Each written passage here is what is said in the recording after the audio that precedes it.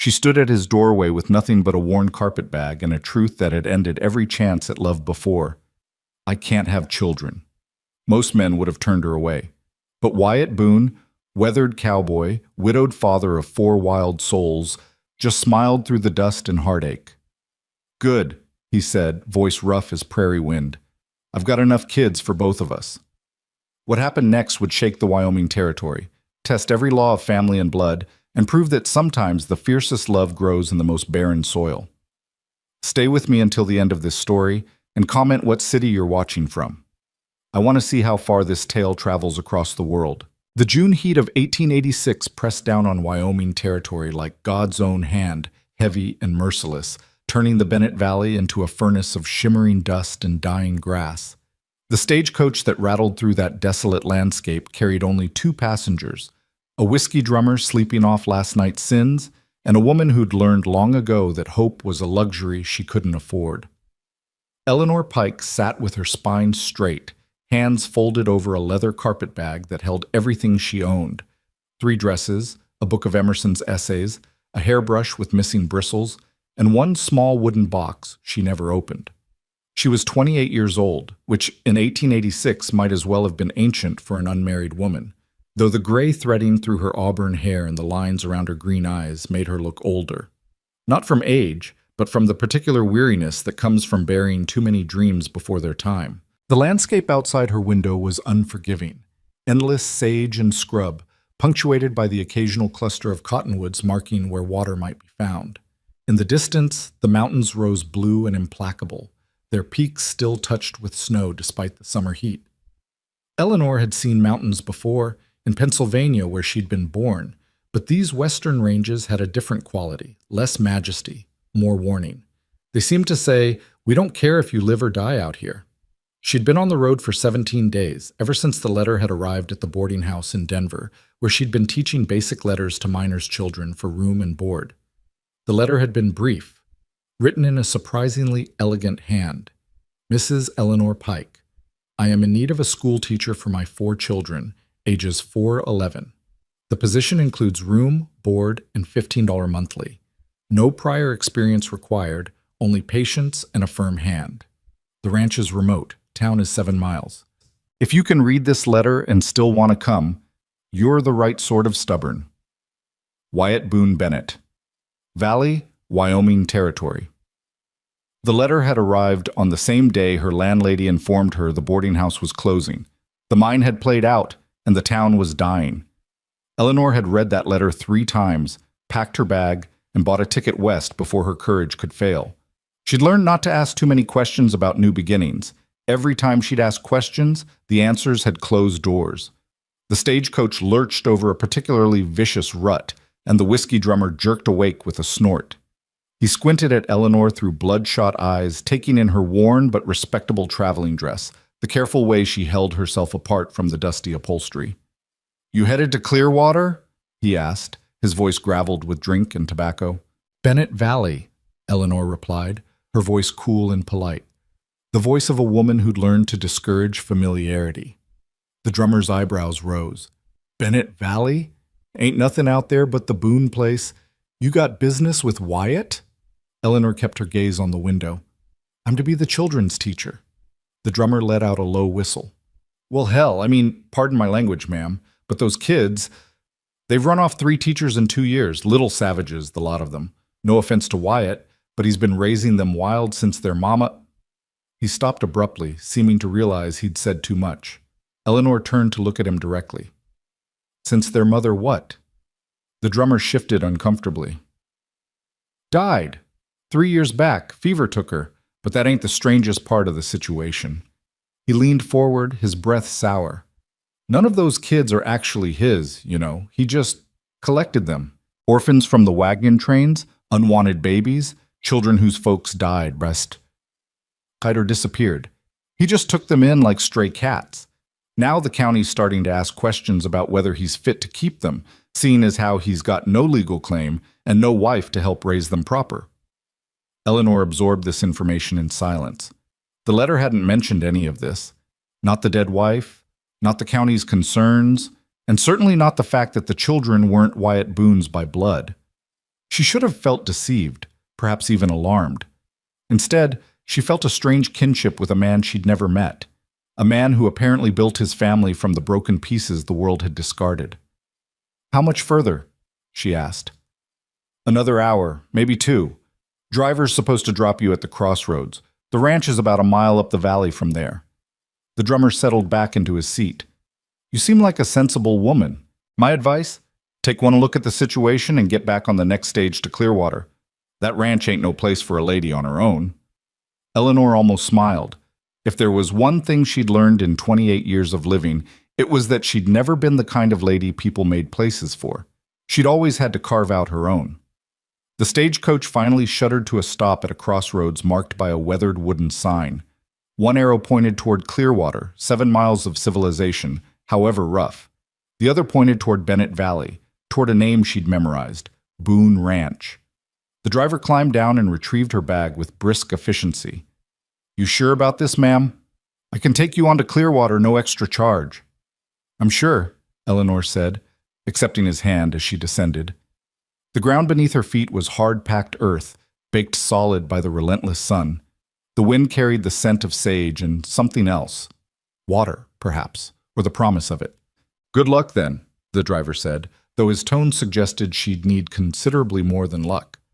The stagecoach rattled away, leaving her alone at the crossroads with her carpet bag and her determination. Eleanor stood for a moment, letting the silence settle around her. It was so quiet out here that she could hear the wind moving through the grass, the distant cry of a hawk circling overhead. In Denver, there'd always been noise, the clatter of wagons, the shouts of men, the constant backdrop of a city trying to convince itself it was more than just another temporary camp. This silence was different. It demanded something from you. It asked, "What are you made of?" She picked up her bag and started walking. The road to the ranch was barely more than a pair of wagon ruts winding through the valley floor. On either side, the land rolled out in gentle waves of gold and green, broken by dark outcroppings of rock and the occasional twisted juniper. In the distance, Eleanor could see a ribbon of cottonwoods marking what must be the creek the valley was named for. And beyond that, smoke rising thin and gray against the blue sky, the first sign of human habitation she'd seen since leaving the crossroads. She walked with the sun beating down on her bonnet, the dust rising with each step and settling on the hem of her skirt. Her feet hurt. She'd been traveling in the same boots for weeks, and they'd worn thin in places. But she'd learned long ago to ignore discomfort. Pain was just information, nothing more. As she drew closer, the ranch began to take shape. It wasn't much. A low house built of rough-cut logs with a stone chimney at one end, a barn that leaned slightly to the left, a corral with a few horses drowsing in the shade, and a scattering of outbuildings in various states of repair. Laundry hung on a line strung between 2 posts, flapping in the breeze. Small clothes, she noticed, and men's shirts, but nothing that looked like a woman's dress. Eleanor paused at the gate, suddenly aware of how she must look after 17 days of travel, dusty, worn, decidedly uninviting. She set down her bag, removed her bonnet, and tried to smooth her hair into some semblance of order. It was a futile gesture, but habits mattered. They were the scaffolding that held a person upright when everything else collapsed. Before she could decide whether to open the gate or call out, a child appeared from behind the barn. A boy of perhaps 10 or 11, all knobby knees and elbows, with dark hair that looked like it had been cut with a knife and an expression of deep suspicion. "Who are you?" he demanded, making no move to come closer. "Eleanor Pike," she replied calmly. "I'm here to see Mr. Boone. I'm to be your teacher." The boy's eyes widened, then narrowed. "We don't need a teacher." "Perhaps not," Eleanor agreed. "But Mr. Boone seems to think otherwise, and it's his ranch." "It's our ranch, too," the boy shot back. "All of us, not just his." Eleanor found herself oddly charmed by this fierce territorial claim. "You're quite right. My apologies. Then I suppose I'll need permission from all of you before I can stay." The boy seemed taken aback by this response. He studied her for a long moment, then turned and shouted toward the house. "Pa, the new teacher's here." The door opened, and a man stepped out onto the porch. Wyatt Boone wasn't what Eleanor had expected, though she couldn't have said exactly what she'd been expecting. He was tall, over 6 feet, with broad shoulders and the lean, hardened build of a man who worked from sunup to sundown. His face was weathered the way leather weathers, creased by sun and wind and, she suspected, worry. Dark hair shot through with gray, dark eyes that assessed her with a directness she found both unnerving and refreshing. He wore denims and a shirt with the sleeves rolled up, revealing forearms corded with muscle and marked with the scars of hard work. He was younger than she'd imagined, perhaps 35, certainly not more than 40. And there was something in the way he held himself, a kind of careful stillness that suggested a man who'd learned to move gently in a world full of sharp edges. "Miss Pike," he said, his voice a deep rumble that carried easily across the yard. "You made it." "Mrs. Pike," Eleanor corrected automatically, then immediately regretted it. It was a lie she'd told so often it had become reflex, a shield against the questions that came when people learned she was unmarried at her age. Something flickered in Wyatt's eyes, not judgment, but understanding, which was somehow worse. He descended the porch steps with an easy grace and crossed to the gate, swinging it open. "Mrs. Pike," he amended, and if he didn't believe her, he had the courtesy not to show it. "Come on up to the house. You must be tired from the journey." Eleanor picked up her bag, but Wyatt took it from her with a gentle insistence. "I've got it," he said. Then to the boy who was still watching with suspicious eyes, "Eli, go tell the others to come meet Mrs. Pike, and for God's sake, make sure they're decent."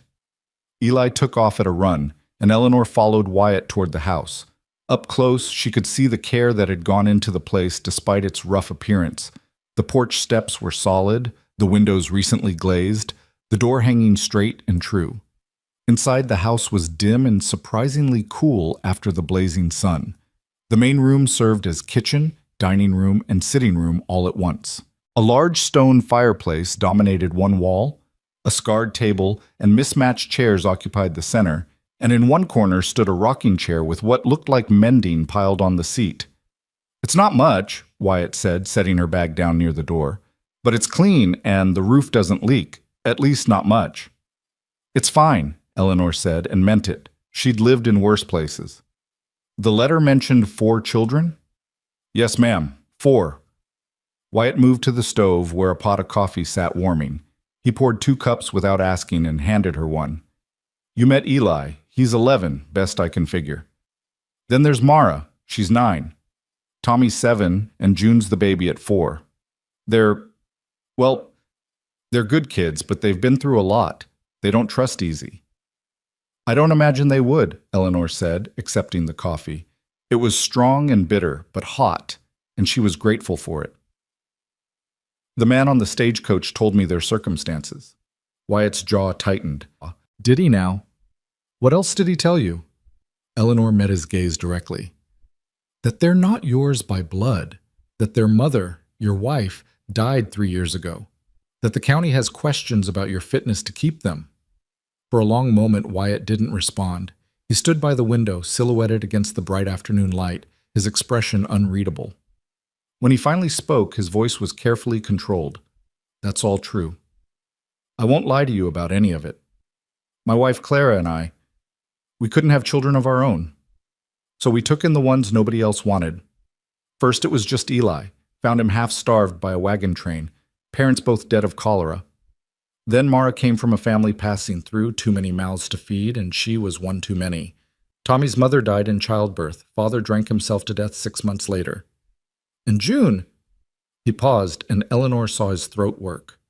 "June was left on our doorstep in a basket. Couldn't have been more than a few weeks old. Never did find out where she came from." "And your wife?" Eleanor asked quietly. "Influenza. Took her in 3 days. She was the heart of this family, and when she died—" Wyatt's voice roughened.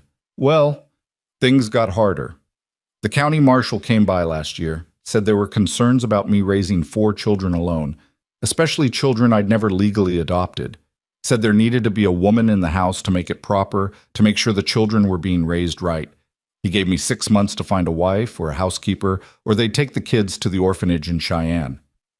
Eleanor felt her stomach drop. "That's why you needed a teacher, to show the county there's a woman here." "Partly," Wyatt admitted, "but also because the kids need education. They need more than I can give them. I can teach them to rope and ride, to read sign and survive out here. But you can teach them the things Clara would have taught them. How to think and speak proper, how to make their way in the world beyond this valley. Before Eleanor could respond, the sound of running feet announced the arrival of the other children. They burst through the door in a tumble of noise and motion, Eli leading the way, followed by a girl with tangled blonde hair and fierce blue eyes who must be Mara, then a smaller boy with a gap-toothed grin who could only be Tommy, and finally, clinging to Eli's hand, the smallest child Eleanor had ever seen who wasn't still a baby.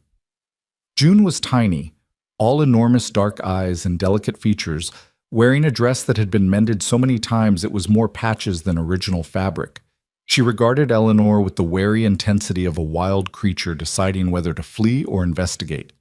The children lined up in front of Eleanor with varying degrees of enthusiasm. Eli still suspicious, Mara openly defiant, Tommy curious, and June hiding half behind her brothers. "Children," Wyatt said, his voice gentle but firm. "This is Mrs. Pike. She's come a long way to be your teacher." "We don't need a teacher," Mara said, echoing Eli's earlier declaration. "We do just fine." "Is that so?" Eleanor set down her coffee cup and studied the girl. "Can you write your name?" Mara's chin came up. "I can write it in the dirt with a stick. Can you write it on paper with ink? Can you write a letter to someone who lives far away? Can you read a book?" Eleanor kept her voice mild, conversational. "Because those things matter, you know. The world is bigger than this valley, and someday you might want to see some of it. Education is how you make choices instead of just accepting whatever life hands you." Something flickered in Mara's eyes. Not quite agreement, but at least a glimmer of consideration. It was Tommy who broke the standoff, stepping forward with that gap-toothed grin. "Can you really read books?" he asked, his voice filled with wonder. "I can," Eleanor confirmed. "I've read hundreds of them." "Hundreds?" Tommy's eyes went wide. "Are there really that many books in the whole world?" "More than you could read in 10 lifetimes," Eleanor said, and felt a familiar warmth spread through her chest.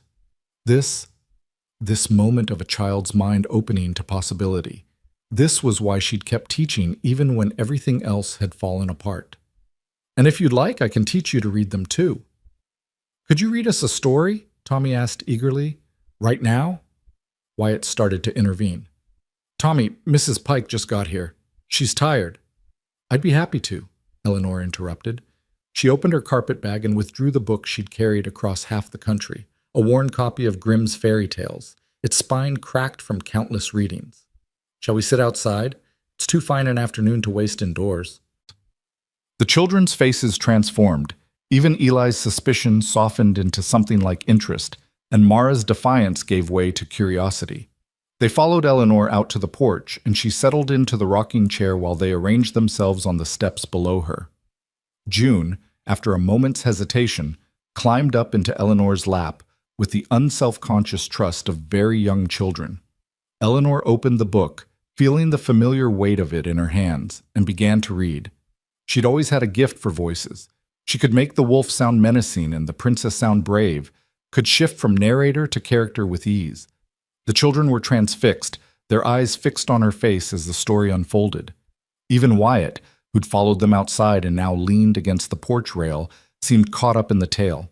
As she read, Eleanor felt something inside her chest begin to unknot. Some tension she'd been carrying so long she'd forgotten it was there. The weight of June in her lap, warm and solid. The rapt attention of the older children. The way the late afternoon light turned everything golden and gentle. For the first time in longer than she could remember, she felt like she was exactly where she was supposed to be. When the story ended, there was a moment of perfect silence. Then Tommy burst out, "Read another one." "Tomorrow," Eleanor promised. "I think Mrs. Pike needs to rest now," Wyatt said gently, "and you all have chores to finish before supper." The children dispersed with varying degrees of reluctance, even Mara looking back over her shoulder as if to make sure Eleanor wouldn't disappear. Only June remained, still nestled in Eleanor's lap, her small hand clutched in Eleanor's skirt. "June," Wyatt said softly, "come on, sweetheart. Let Mrs. Pike get settled." But June burrowed deeper against Eleanor's chest, and Eleanor found herself tightening her arms around the child instinctively. She's fine, she said. If it's all right with you. Wyatt's expression softened into something unreadable. Sure, if you don't mind. They sat in companionable silence for a while, the sounds of the ranch settling into evening around them, the horses moving in the corral, the chickens Eleanor hadn't noticed before scratching in the dirt, the distant lowing of cattle somewhere up the valley. The sun was sinking toward the mountains now, painting the sky in shades of amber and rose. There's something I need to tell you, Eleanor said finally, the words coming harder than she'd expected. Before we go any further. Before you show me where I'll be staying, or we talk about salary, or any of the practical matters. She paused, gathering her courage. I can't have children. Wyatt turned to look at her, his dark eyes steady and patient. Eleanor forced herself to continue. I was married once, years ago. My husband and I, we tried. For 5 years we tried, but I couldn't. Her voice caught. The doctors said I was barren. That's the word they used, barren, like a field that won't bear crops. She expected pity or embarrassment or the careful distance people always put between themselves and women like her, women who failed at the one thing society said they were meant to do.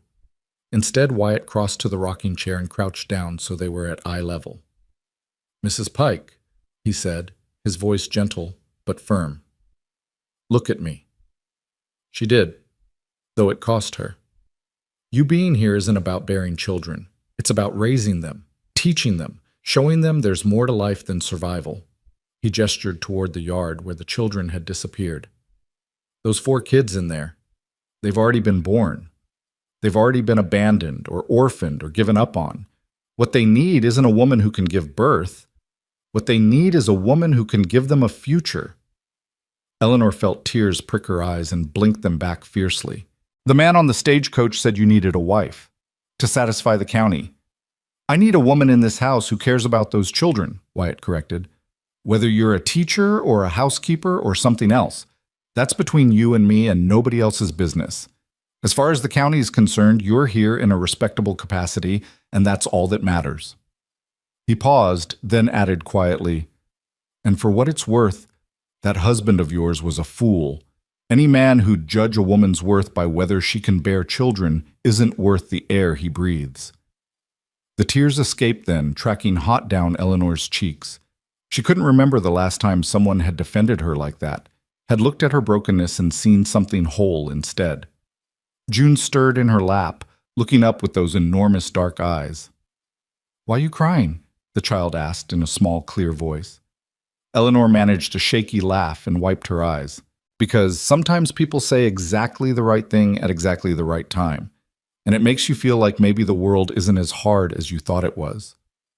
June considered this with the seriousness only a 4-year-old can muster. Then she reached up and patted Eleanor's cheek with one small hand. Don't be sad. We like you. And just like that, the last of Eleanor's careful defenses crumbled. She pulled the child close and let herself cry. Not the bitter tears of grief and loss she'd shed so many times before, but something softer, something that felt almost like relief. Wyatt stood and moved back to the porch rail, giving her space while staying close enough that she wouldn't feel alone. He understood, she realized. He knew what it was like to carry weight that no one else could see, to feel broken in ways that didn't show. When Eleanor had composed herself, she looked up to find the sun had nearly set. The sky now a deep purple shot through with gold. I should probably see where I'll be staying, she said, if the offer still stands. The offer stands, Wyatt confirmed, and will stand as long as you want it to.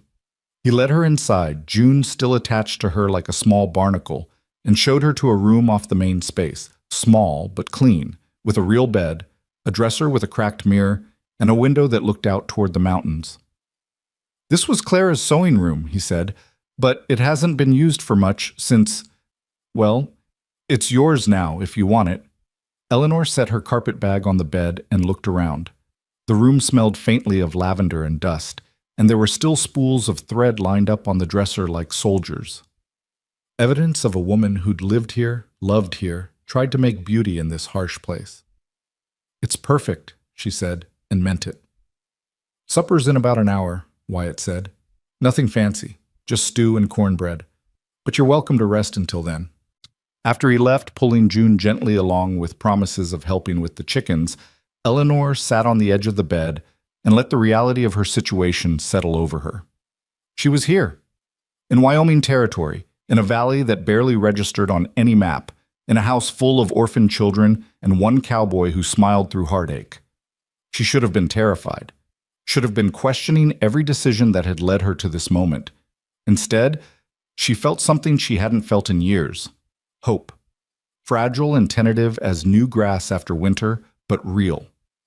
Eleanor unpacked her few belongings with methodical care, hanging her dresses on pegs driven into the wall, arranging her hairbrush and the few toiletries she owned on the dresser.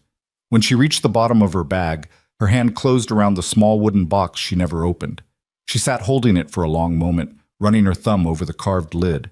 Inside was a child's ribbon, pale blue silk, faded now, and a lock of downy hair. The only evidence that once, for 3 brief days, she'd been a mother. The baby had been born too early, too small. He'd lived just long enough for her to name him, Thomas, after her father, and then he'd slipped away like smoke. Her husband had blamed her. The doctors had blamed her. She'd blamed herself. For years, she'd carried that box like a stone around her neck, unable to let it go, but unable to look at what was inside. Now, sitting in this small room in a borrowed house full of borrowed children, Eleanor opened the box and looked at the ribbon and the lock of hair. "I didn't forget you," she whispered. "I could never forget you." But for the first time, looking at those relics didn't feel like drowning. It felt like remembrance, honoring, and maybe, just maybe, the beginning of forgiveness. A knock on the door made her start.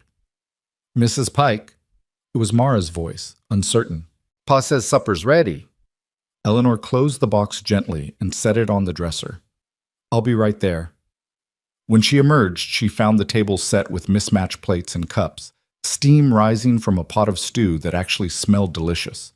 The children were already seated, remarkably clean-faced and tidy compared to earlier. Wyatt stood by the stove, ladling stew into bowls with practiced efficiency. "Sit anywhere," he said, gesturing to the empty chair. "We're not formal here." Eleanor took the seat between Tommy and Mara and found herself the recipient of Tommy's gap-toothed grin. "Pa never makes stew this good when it's just us," he confided in a stage whisper. "He must be trying to impress you." "Tommy," Wyatt said in a warning tone, but Eleanor caught the hint of a smile tugging at his mouth. "Well, it's working," Eleanor said, accepting her bowl. "I'm very impressed." Dinner was a chaotic affair. Tommy talked constantly, asking questions about every book Eleanor had ever read. Mara remained quiet but watchful, her eyes tracking Eleanor's every move. Eli ate mechanically, still clearly undecided about this new addition to their household. And June, seated on a stack of books to reach the table, kept reaching over to pat Eleanor's arm, as if to make sure she was real.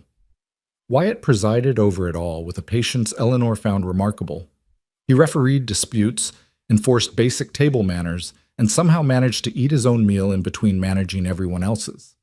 He was good at this, she realized. Natural. Whatever else might be true about his fitness to raise these children, there was no question he loved them. After dinner, the children were dispatched to various chores, dishes, feeding the chickens, bringing in wood for the morning fire. Eleanor offered to help, but Wyatt waved her off. "You've traveled enough today. Besides, it's good for them to have routine. Helps them feel secure." They ended up back on the porch, watching the last light drain from the sky and the stars begin to emerge. The night air was cool and sweet, carrying the scent of sage and wood smoke. Somewhere in the distance, a coyote called, and another answered. "I should probably know more about what's expected of me," Eleanor said after a while. "Teaching hours, curriculum, that sort of thing." Wyatt was quiet for a moment.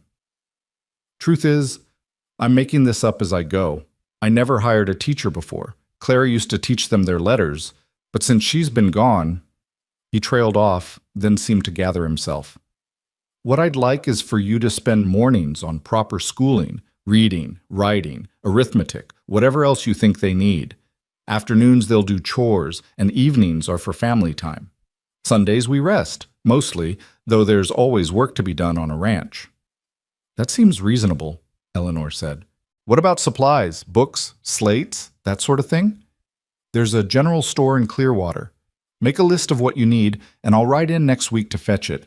Or you can come along if you'd like. Probably good for the county to see you're really here.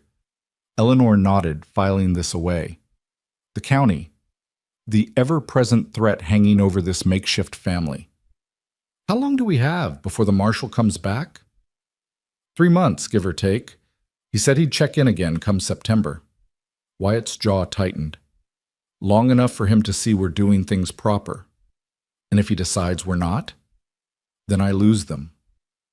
Wyatt's voice was flat, matter-of-fact, but Eleanor could hear the fear underneath. They'll go to the orphanage in Cheyenne, where they'll be split up and sent to whoever will take them. Farmers looking for cheap labor, mostly. Or worse. Eleanor felt a chill that had nothing to do with the evening air. Then we'll make sure that doesn't happen. Wyatt turned to look at her, and in the starlight, his face was all plains and shadows.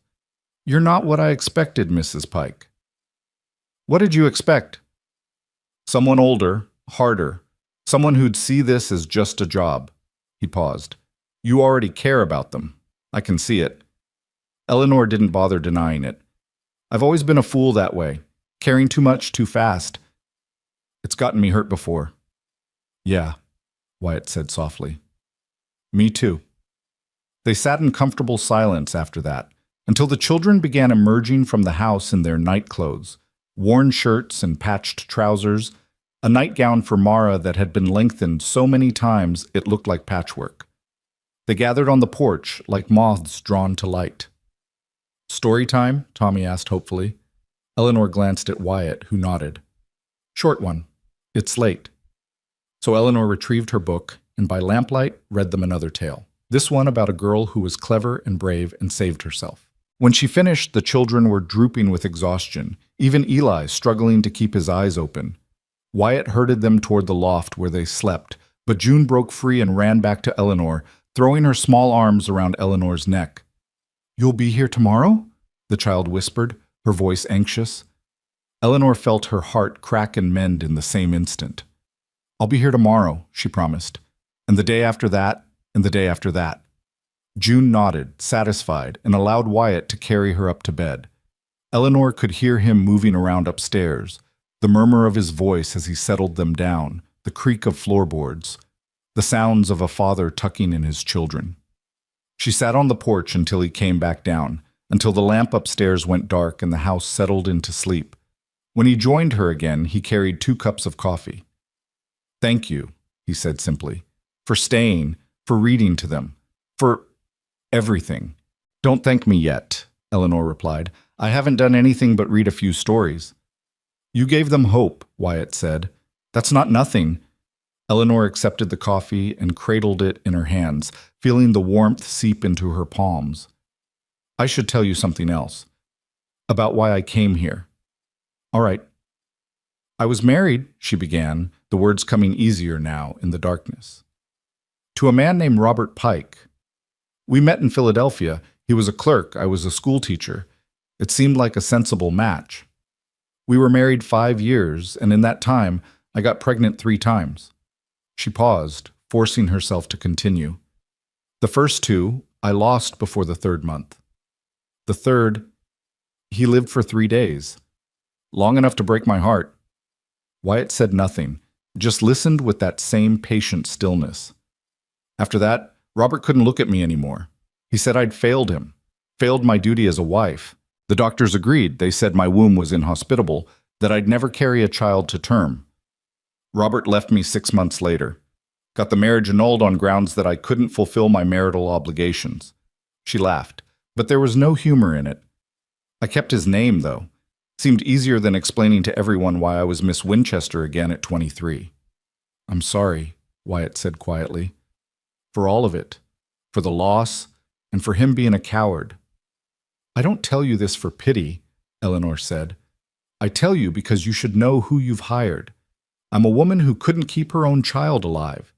Some might say that makes me unfit to teach anyone else's. Some would be damn fools then. Wyatt set down his coffee cup with a soft clink. Eleanor. Can I call you Eleanor? She nodded. Eleanor, you didn't fail that baby. Bodies fail sometimes. It's not a moral judgment, it's just biology. And anyone who thinks a woman's only worth is in childbearing isn't worth the time it takes to argue with them. He leaned forward, his voice intense. Those children upstairs, they don't need someone who can give birth. They need someone who can give them a reason to believe in tomorrow. Can you do that? Eleanor thought about it, really thought about it. Could she? Could she look at these broken, wary children and promise them a future? Could she stand between them and a world that wanted to separate them, to reduce them to paperwork and problems? She thought about June's small hand on her cheek, about Tommy's wonder at the thought of hundreds of books, about Mara's fierce defiance and Eli's protective suspicion, about Wyatt, this weathered cowboy who'd built a family from discarded pieces and refused to let go. Yes, she said, I can. Wyatt smiled then, a real smile, the first she'd seen from him. It transformed his face, making him look younger and less burdened. Then that's all that matters. They sat together as the stars wheeled overhead, and the coyotes sang their ancient songs. Two broken people who'd somehow found their way to the same unlikely place. And for the first time since she'd buried her son in a grave so small it barely seemed real, Eleanor let herself believe that maybe, just maybe, this time would be different. Tomorrow, she'd begin teaching. Tomorrow, she'd start building something that might last. But tonight, she'd already done the hardest thing. She'd said yes to hope. The first light of dawn came soft through Eleanor's window, turning the mountains from black to purple to gold. She woke to the sound of roosters crowing and footsteps creaking overhead, the children stirring in their loft, Wyatt's deeper tread moving through the house. For a moment she lay still, disoriented by the unfamiliar room, the quality of silence that was so different from the city. Then memory returned. Wyoming, the ranch, 4 children who needed her, a cowboy who'd smiled and said her barrenness was good enough. She dressed quickly in her plainest work dress, pinned her hair into a severe bun, and emerged to find chaos already in full swing. Tommy was chasing chickens in the yard, laughing like a wild thing.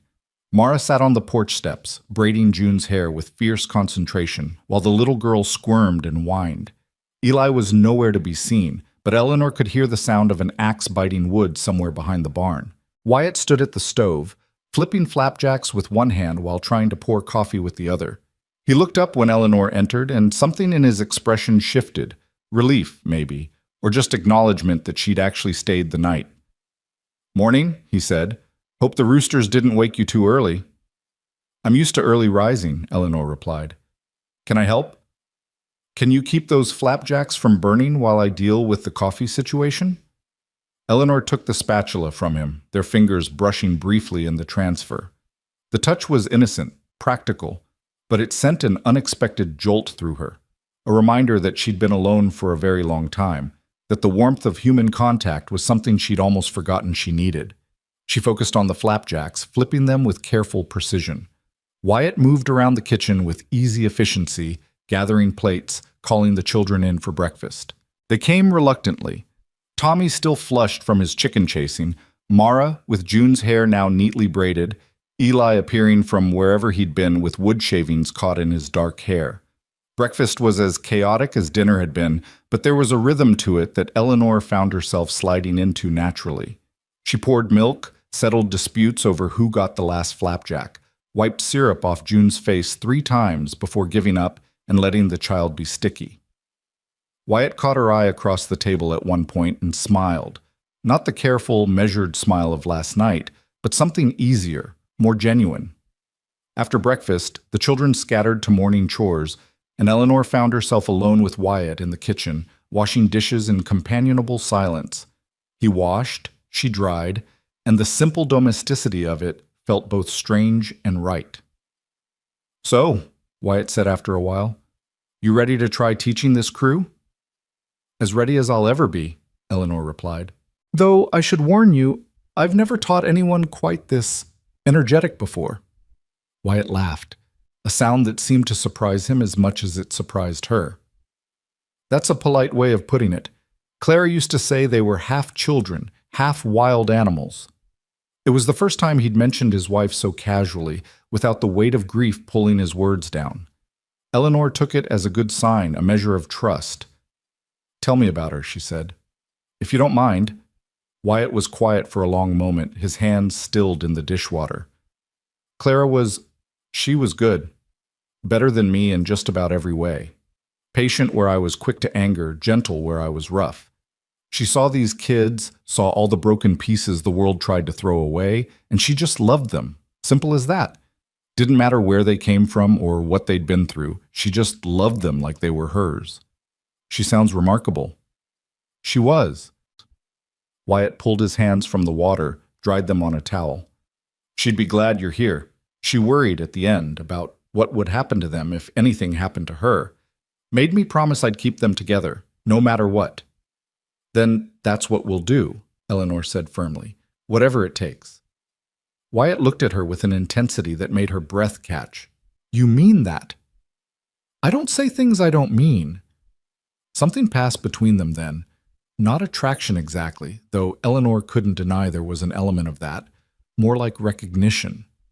Two people who'd been broken by life and somehow kept going anyway, finding themselves in the same impossible place, fighting the same impossible fight. The moment was broken by Tommy bursting through the door. Mrs. Pike, Pa says you're going to start teaching us today. Can we do it outside? It's too nice to be inside. Eleanor smiled at his enthusiasm. We can start outside. But you'll need to gather your siblings and meet me by that big cottonwood tree by the creek. And bring anything you use for writing, slates, chalk, whatever you have. Tommy took off like a shot, hollering for the others. Eleanor gathered her book and the few supplies she'd brought and made her way down to the creek. The cottonwood was ancient and massive, its branches spreading wide enough to shade a dozen people. The ground beneath it was soft with fallen leaves, and the sound of water moving over rocks provided a peaceful backdrop. The children assembled slowly, with varying degrees of enthusiasm. Tommy arrived first, practically vibrating with excitement. Mara came next, her expression carefully neutral, carrying a cracked slate and a stub of chalk. Eli followed, his arms crossed over his chest, making it clear he was only here under duress. And June toddled along last, clutching a stick she'd apparently decided was her writing implement. Eleanor settled herself on a fallen log and gestured for them to sit. Before we begin, I want to understand what you already know. Tommy, can you write your name for me? Tommy took the slate eagerly and scratched out Tommy in uneven letters. Eleanor nodded encouragingly. Very good, though we'll work on adding that second M, Mara. Mara's letters were more controlled, her name spelled correctly, though her hand clearly wasn't used to writing. Eli, when pressed, could write his name and several other words, but his grip on the chalk was awkward, his letters cramped and difficult to read. June just drew circles and seemed perfectly content with that. All right, Eleanor said, we have some work to do, but that's not a bad foundation. Let's start with the alphabet. What followed was 2 hours of the most challenging teaching Eleanor had ever attempted. Tommy couldn't sit still for more than 30 seconds, constantly jumping up to chase butterflies or investigate interesting rocks. Mara was attentive but resistant, questioning everything Eleanor said as if waiting for her to prove she knew what she was talking about. Eli participated with the bare minimum of effort, his expression making it clear he thought this was all a waste of time. And June was 4, which meant she had the attention span of a hummingbird and needed constant redirection. By the time Eleanor called a break, she was exhausted and questioning every decision that had led her to this moment. The children scattered immediately, racing down to the creek to wade and play. Eleanor sat on her log, feeling the sweat cooling on her neck, wondering if she'd just made the biggest mistake of her life. Wyatt appeared from around the barn, leading a horse. He tied the animal to the corral fence and walked down to where Eleanor sat. How'd it go? Honestly, I'm not sure. Eleanor rubbed her temples. They're bright enough, but getting them to focus is like trying to herd cats. Wyatt smiled sympathetically. Clara used to say the same thing. It gets easier once they trust you. Right now, they're testing you, seeing if you'll stay or run like the others. The others? We've had 3 teachers before you. First one lasted 2 days before she decided ranch life wasn't for her. Second one made it a week before Tommy put a frog in her shoe and she left in tears. Third one? Wyatt's expression darkened. Third one hit Eli with a ruler for talking back. I sent her packing that same hour. Eleanor felt something fierce and protective flare in her chest. I won't hit them. I know, Wyatt said quietly. I saw the way you looked at June last night. You're not here to hurt them. Eleanor watched the children playing in the creek, their laughter carrying on the breeze. Mara had picked up June and was spinning her around, the little girl shrieking with delight. Tommy and Eli were engaged in some elaborate game involving sticks and rocks, their earlier tension forgotten in the simple joy of play. They're good kids, she said softly. Under all the wildness and the testing, they're good. Yeah, Wyatt agreed. They are. They've just been hurt enough times that they've learned to be wild first, to keep people at a distance, safer that way. Eleanor understood that impulse all too well. How long before lunch? About an hour. Why? I have an idea. Eleanor stood, brushing leaves from her skirt. Is there a place in town that sells sweets, peppermint sticks, or lemon drops? Wyatt's eyebrows rose. You planning to bribe them? I prefer to think of it as positive reinforcement, Eleanor said primly. But yes, essentially, if they can get through an entire afternoon lesson without running off, I'd like to reward them. Build some positive associations with learning. There's a jar of horehound candy in the pantry. Claire kept it for special occasions. You're welcome to use it. That afternoon, Eleanor reconvened lessons with a new strategy. She kept them shorter, breaking instruction into 15-minute chunks with movement breaks in between. She turned spelling into a game, having them race to write words in the dirt. She had them practice their numbers by counting rocks and sticks, making it physical and active rather than sedentary. And at the end, when they'd made it through 2 solid hours with minimal chaos, she produced the horehound candy. The children's faces lit up like Christmas morning. Even Eli's careful facade cracked into something approaching a smile. You did good work today, Eleanor told them as they savored their treats. All of you. Tomorrow we'll go a little further, but for today, you should be proud of yourselves. The days began to blur together into a pattern that felt almost like routine. Eleanor woke with the sun, helped with breakfast, taught lessons until noon. Afternoons were for the children's chores, feeding chickens, gathering eggs, helping in the vegetable garden that Mara tended with surprising care. Evenings brought supper, story time, and the gentle settling of the house into sleep. Eleanor found herself learning the rhythms of ranch life almost without meaning to. She learned which chickens were good layers and which were just ornery.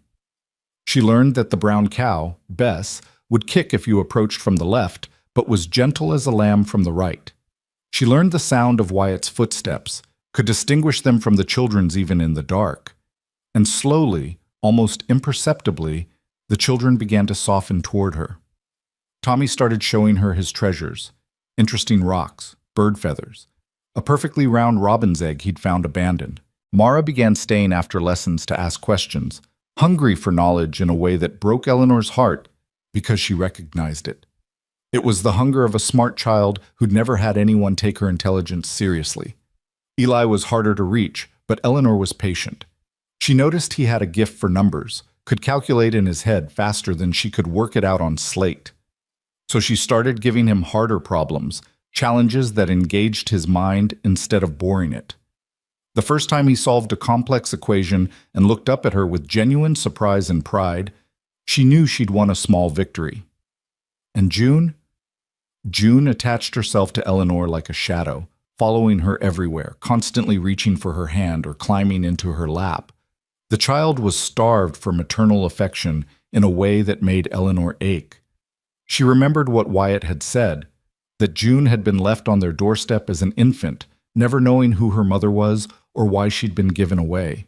3 weeks into her tenure at the ranch, Eleanor woke in the middle of the night to the sound of crying. She lit her lamp and followed the sound to the base of the ladder leading to the children's loft. The crying was coming from above, small, hiccuping sobs that tried to be quiet but couldn't quite manage it. Eleanor climbed the ladder carefully, mindful of the worn rungs. The loft was one large space under the sloped roof, divided by hanging blankets into sleeping areas. The crying was coming from the corner where June slept. Eleanor made her way over, finding the child curled in a ball, tears streaming down her face, her breath coming in gasps. "June, sweetheart, what's wrong?" Eleanor knelt beside the narrow cot, laying a gentle hand on the child's back. June's eyes flew open, wide with fear. "Bad dream," she whimpered. "Scary." "It's all right now. You're safe."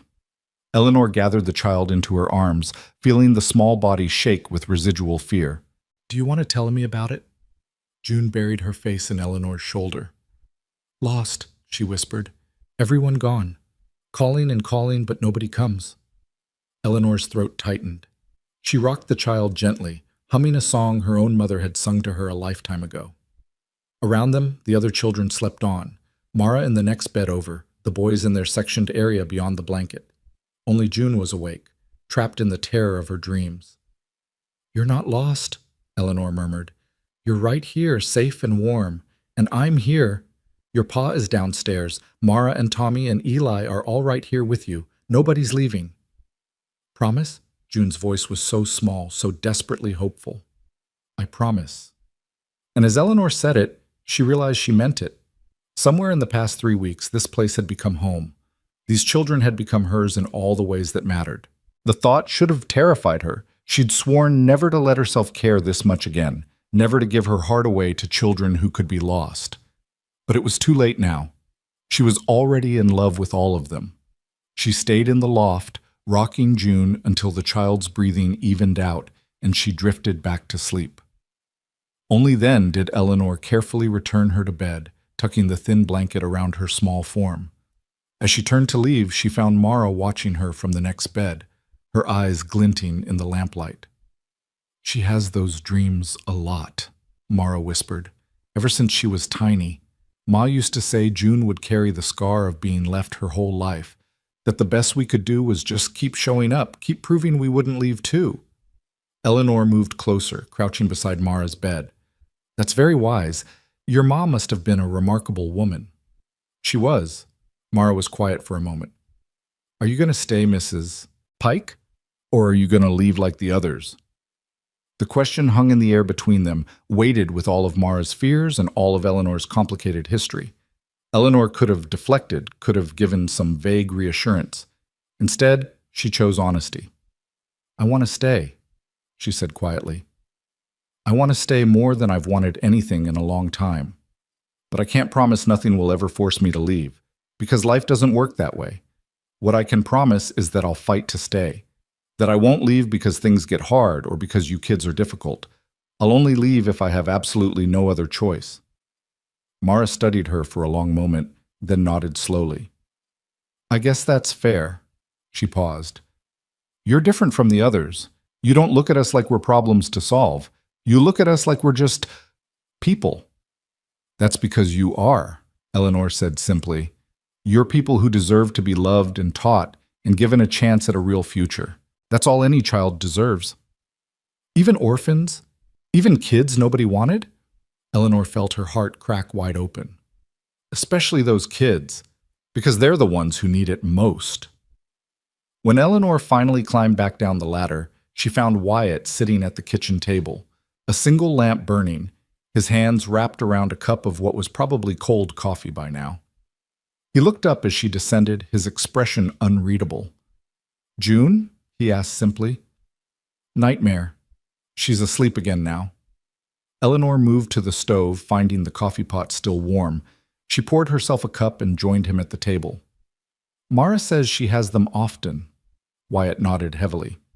"Ever since she was old enough to dream, seems like. Clara thought maybe she remembered somehow, being left, being alone, or maybe it's just in her bones, that fear of abandonment." He rubbed his face tiredly. "I've tried everything. Nightlights, special bedtime routines, even sleeping on the floor next to her cot. Nothing stops them completely." "Maybe nothing can," Eleanor said gently. "Some wounds are too deep to ever completely heal. But that doesn't mean we stop trying to make it better." They sat in silence for a while. The only sound the ticking of the mantel clock and the occasional pop from the dying fire. Eleanor found herself studying Wyatt in the lamplight. The lines around his eyes, the way his shoulders carried constant tension, the gentle strength in his hands even when they were still. "Can I ask you something?" she said finally. Why did you and Clara take them in? The children, I mean. Most people in your situation would have, well, they would have focused on their own lives, maybe kept trying for children of their own. Wyatt was quiet for so long, Eleanor thought he might not answer. When he finally spoke, his voice was rough with emotion. We did try. For years, we tried.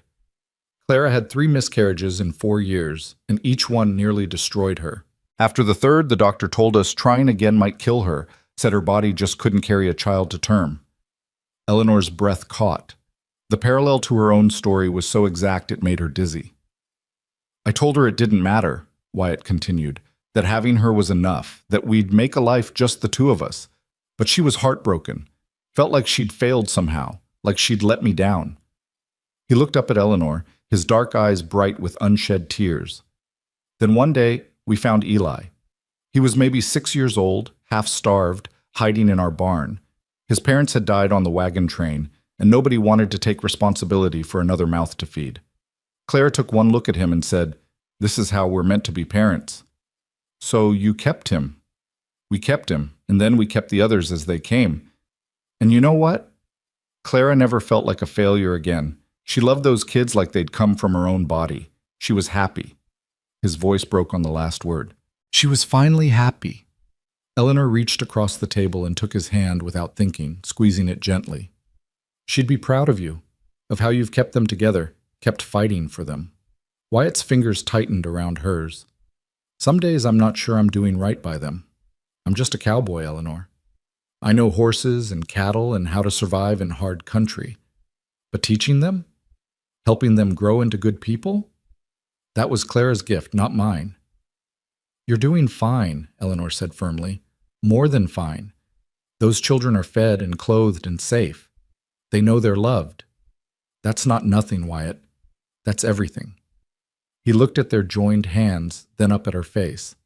Having you here, it's made a difference. They're calmer, happier. Even Eli's starting to come around, and he's the hardest one to reach. They're good kids, Eleanor said. They just needed someone to believe in them. So did I, Wyatt said quietly. So did I. The moment stretched between them, charged with something Eleanor couldn't quite name. It wasn't attraction, or not just attraction. It was recognition, understanding, the sense of 2 people who'd been fighting separate battles suddenly realizing they were on the same battlefield. Eleanor pulled her hand back gently, suddenly aware of impropriety, of boundaries she should probably maintain. It's late. We should both try to get some sleep. Yeah. Wyatt stood, stretching his back with an audible crack. Thank you, Eleanor, for staying with June, for everything. It's what I'm here for, Eleanor said, and meant it. The next morning dawned hot and bright, promising a scorcher of a day. Eleanor adapted the lessons, moving them even earlier and keeping them shorter. She taught them about cloud formations and weather patterns, turning the blazing sky into a classroom. She had them practice their letters by writing in the dirt with sticks, making it play as much as work. By noon, everyone was wilting from the heat. Wyatt declared the afternoon too hot for chores and suggested they all go swimming in the creek at the deep bend where the water pooled. The children whooped with excitement, racing off to change into clothes suitable for swimming. Eleanor hesitated, suddenly aware that she had nothing appropriate for such activity. But Mara appeared at her elbow, shy but determined. Ma had a swimming dress. It's old-fashioned, but Pa kept it. You're about her size, you could wear it. The thought of wearing a dead woman's clothes should have felt wrong, but somehow it didn't. Clara felt less like a ghost and more like a presence in this house, someone who'd want her things used and loved rather than locked away gathering dust. The swimming dress was indeed old-fashioned, with a full skirt and bloomers underneath, but it fit well enough. Eleanor joined the family at the creek, watching as Wyatt taught Tommy to float on his back while Mara waded in the shallows with June. Eli sat on the bank, his feet in the water, carefully whittling a piece of wood into what might eventually be a whistle. "Come on in," Wyatt called to Eleanor. "Water's perfect." Eleanor waded in cautiously, gasping at the shock of cold after the heat of the day. The water was crystal clear, running over smooth rocks, the current gentle but persistent. She could see small fish darting through the shallows, the play of sunlight on the water's surface.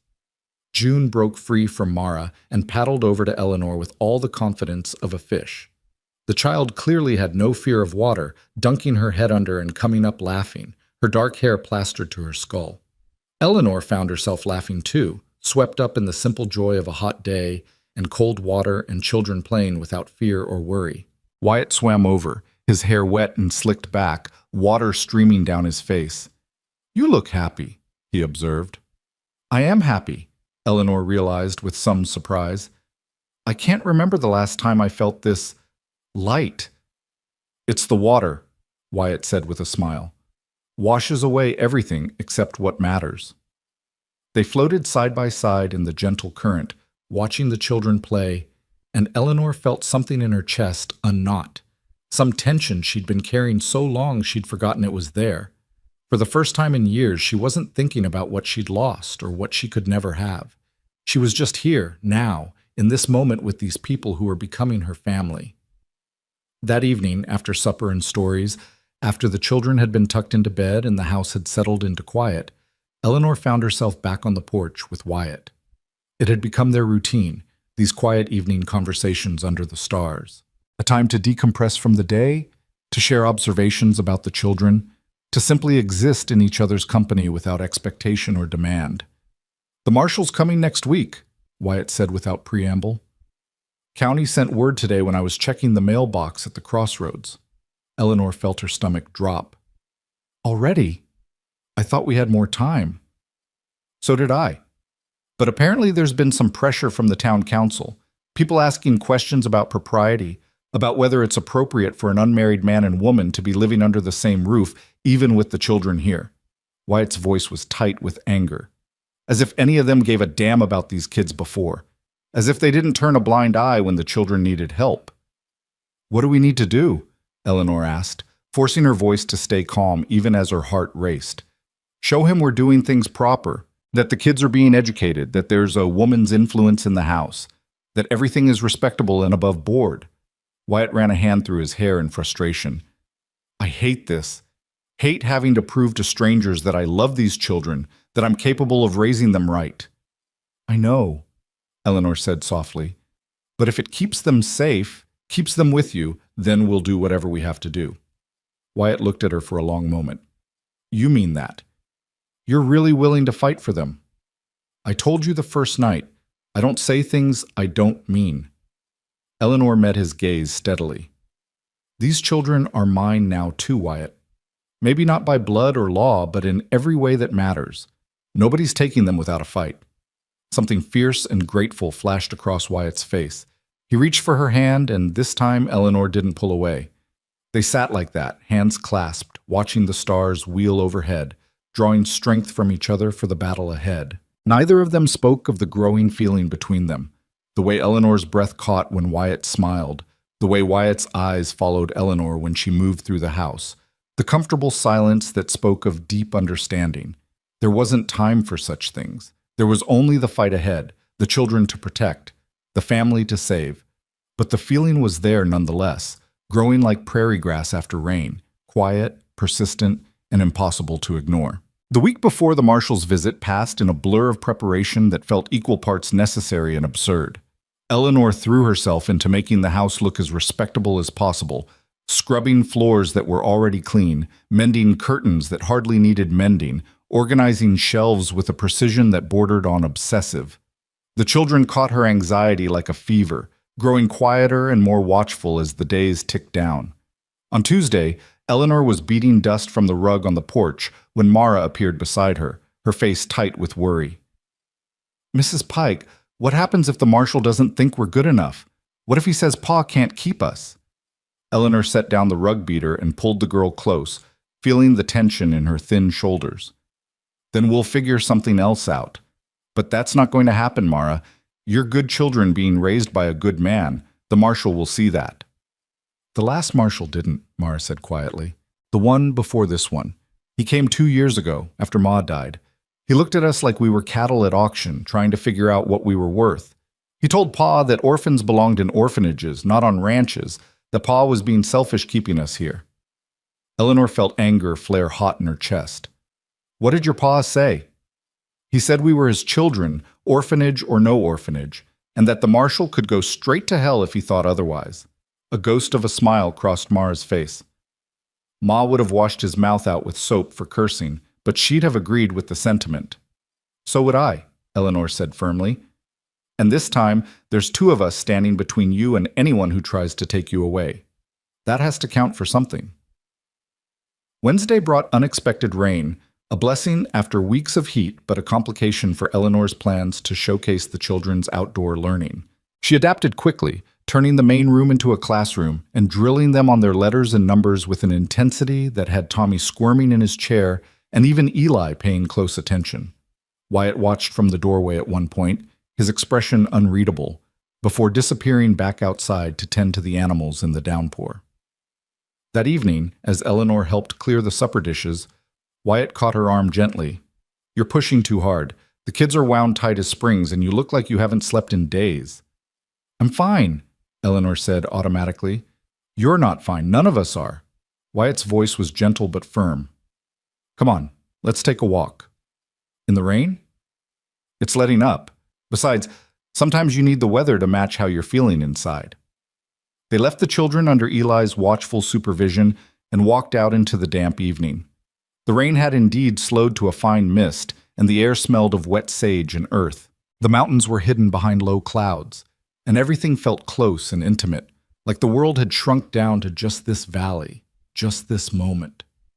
They walked in silence for a while, following the creek path Eleanor had come to know so well. Finally, Wyatt spoke. I'm scared, Eleanor. I haven't said it out loud to anyone, but I'm terrified. What if we've done all this and it's still not enough? What if the marshal takes one look at us and decides we're not fit? Eleanor stopped walking and turned to face him. In the dim light, she could see the fear in his eyes, the way his hands clenched and unclenched at his sides. Then we appeal. We fight.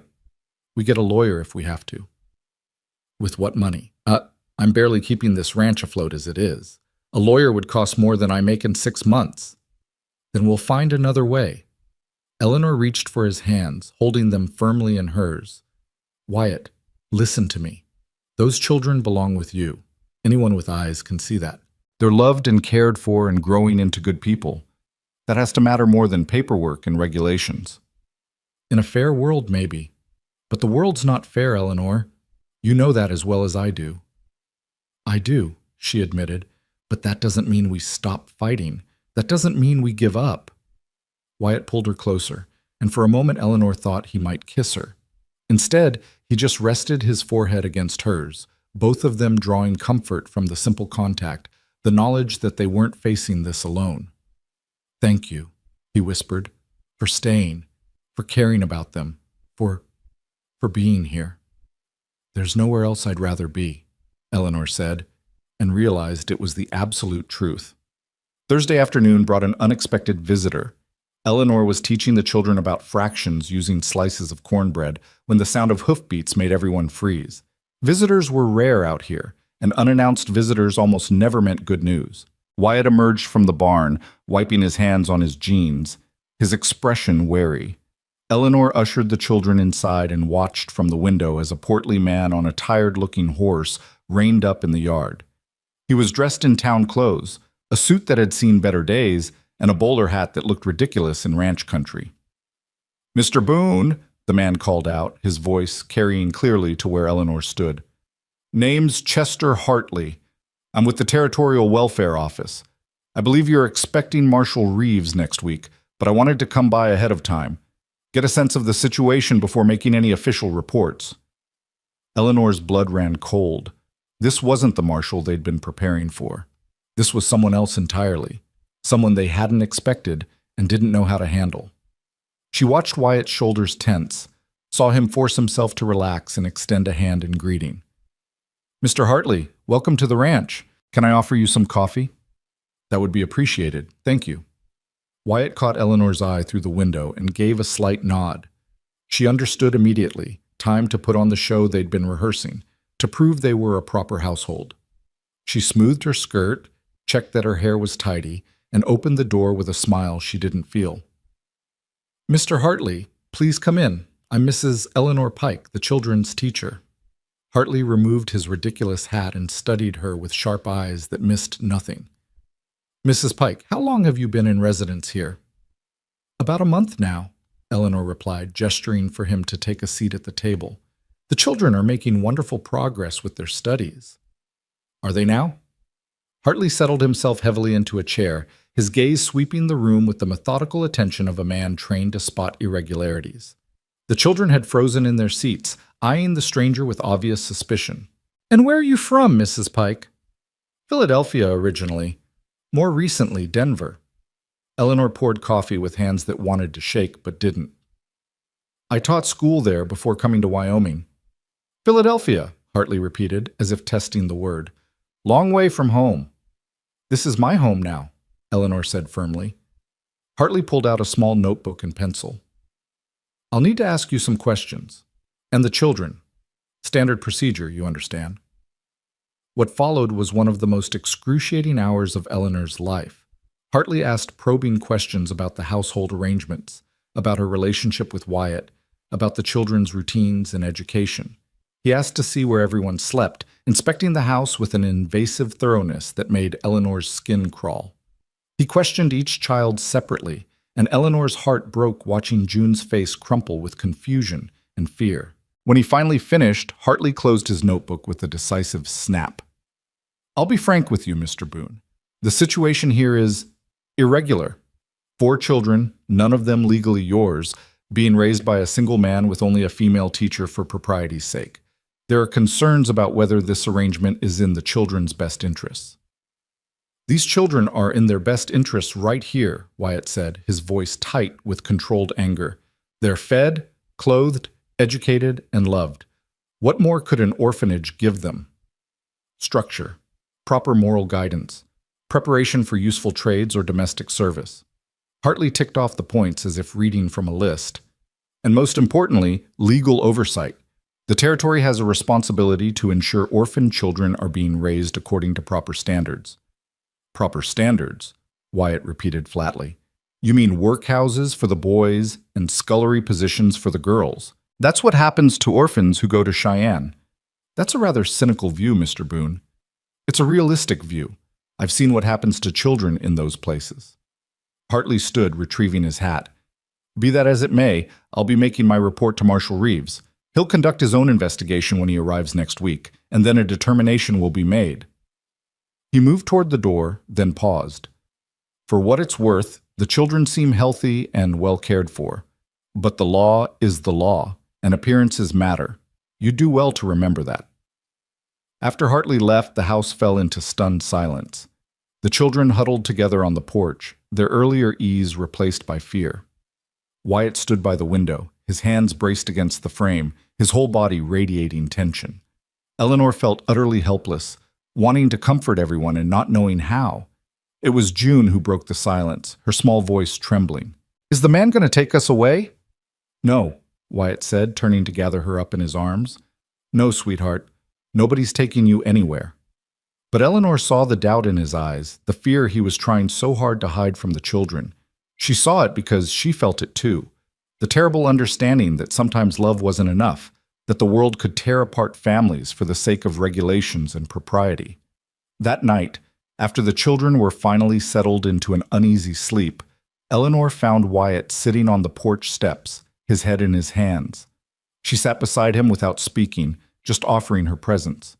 They sat that way for a long time, listening to the night sounds of the ranch, the distant call of an owl, the rustle of wind through the cottonwoods. "I can't lose them," Wyatt finally said, his voice raw. "Clara made me promise.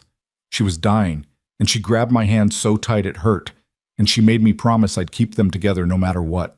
How do I keep that promise if the law says I can't?" Eleanor didn't have an answer.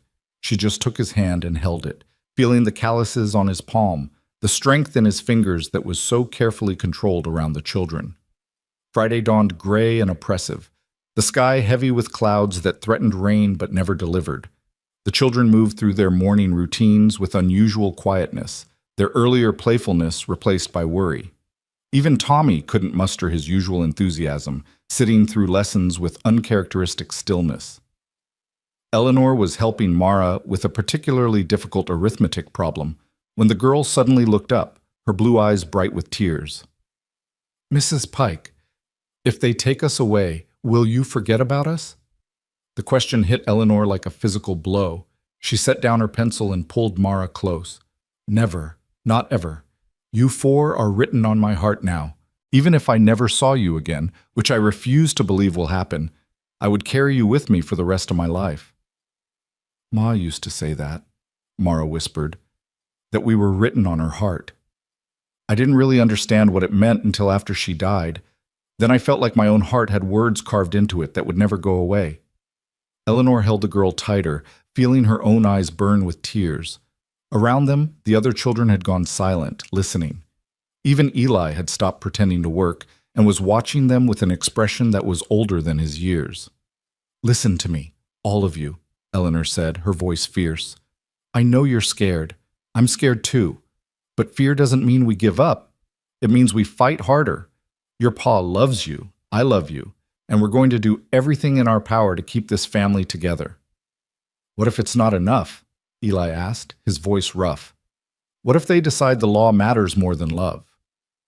"Then we'll appeal. We'll find a way." Eleanor met each child's eyes in turn. "But I need you all to trust me when I say this. I will not abandon you. Your pa will not abandon you. We're going to fight for you with everything we have." The weekend passed in a strange limbo, everyone trying to maintain normalcy while feeling like they were walking on the edge of a precipice. Sunday. They didn't attend church in Clearwater as some families did. It was too far, and Wyatt had always conducted his own sort of worship here at the ranch. But this Sunday felt different. After breakfast, Wyatt gathered them all in the main room. "I'm not much for speeches," he began, his voice gruff. "But I need you kids to know something. No matter what happens this week, no matter what any marshal or welfare officer says, you are my children. Maybe not by blood, maybe not by law, but in every way that actually matters. And if they try to take you, they're going to have to go through me first." "And me," Eleanor added firmly. "I may not have been here long, but I meant what I said. You're my family now too." Tommy, ever the optimist, managed a watery smile. "We're a strange family, aren't we? All cobbled together from different pieces." "The best things usually are," Wyatt said, pulling the boy into a hug. "The best things usually are." Monday morning arrived with brutal sunshine, as if the universe was mocking their anxiety with beautiful weather. Eleanor woke early, her stomach in knots, and found Wyatt already up, standing by the window and staring out at the mountains. "Couldn't sleep?" she asked quietly. "Didn't try. Seemed pointless." He turned to look at her, and in the early morning light, she could see the exhaustion in his face, the toll this waiting was taking. "Eleanor, if this goes bad, if they decide to take the children, I need you to promise me something. Anything. Don't let them separate the kids. Fight for them to stay together, even if it means going to Cheyenne with them. They need each other. Losing Clara almost broke them. Losing each other would finish the job." Eleanor crossed to him and took both his hands in hers. "It's not going to come to that. But if it does, yes. I promise. I'll follow them to Cheyenne or the ends of the earth if I have to." Something shifted in Wyatt's expression, gratitude and something deeper, something that made Eleanor's breath catch. He reached up and gently tucked a loose strand of hair behind her ear, his fingers lingering against her cheek. "How did I get so lucky," he murmured, "to have you walk through that gate a month ago?" "I'm the lucky one," Eleanor replied. "I was so lost before I came here. I thought my life was over, that I'd never have a purpose beyond just surviving. But these children, this place, you've given me a reason to hope again." They stood like that, hands clasped, faces close, balanced on the edge of something neither of them had the luxury to explore. Then the sound of small feet overhead broke the moment, and they stepped apart as the children began their morning descent from the loft. The day crawled by with agonizing slowness. Eleanor taught lessons, but her heart wasn't in it, and neither were the children's. They went through the motions, reciting multiplication tables and practicing penmanship, but everyone was listening for hoofbeats, waiting for the marshal to arrive. He came in the late afternoon when the sun was starting its descent toward the mountains. Marshal Reeves was younger than Eleanor expected, maybe 40, with a weathered face and eyes that had seen too much. He arrived with Chester Hartley in tow, their horses raising dust as they cantered into the yard. Wyatt met them at the gate, his posture rigid with tension. Eleanor stood on the porch with the children clustered behind her like a protective wall. Or maybe she was their protective wall. Either way, they stood together. "Mr. Boone," Marshal Reeves said, dismounting with practiced ease, "I'm here to conduct a formal evaluation of your household and determine whether the current living arrangements are suitable for the continued care of 4 minor children." "Marshal," Wyatt replied evenly, "welcome to my home." What followed was even more invasive than Hartley's visit. Marshal Reeves questioned everyone separately, inspected every corner of the house and property, examined the children's sleeping arrangements, and asked probing questions about their daily routines. He spent a full hour going through Eleanor's teaching materials and questioning the children about what they'd learned. When he finally called Wyatt and Eleanor into the house for a private conference, leaving the children outside under Hartley's supervision, Eleanor's heart was pounding so hard she thought it might crack her ribs. Marshal Reeves sat at the head of the table, his expression grave. "I'm going to be direct with you both. The situation here is highly irregular. Mr. Boone, you have no legal claim to any of these children. Mrs. Pike, you've been here barely a month, which hardly establishes you as a stable presence in their lives. By all rights, I should be arranging transport to the Territorial Orphanage in Cheyenne right now." "Please," Wyatt said, his voice breaking. "Please don't do this. They're good kids. They're thriving here. Sending them to an orphanage—" "Let me finish," Marshal Reeves interrupted, but not unkindly. "I said by all rights I should, but I've been a lawman long enough to know that the law and justice aren't always the same thing." He leaned back in his chair, studying them both. "Those children are clearly loved. They're healthy, educated, and from what I can see, genuinely happy. Mrs. Pike, your presence here provides the female influence the territory requires. And Mr. Boone, despite your lack of legal claim, you are these children's father in every way that matters." Eleanor felt hope flare in her chest, almost painful in its intensity. "So you'll let them stay?" "I'll recommend they stay with conditions."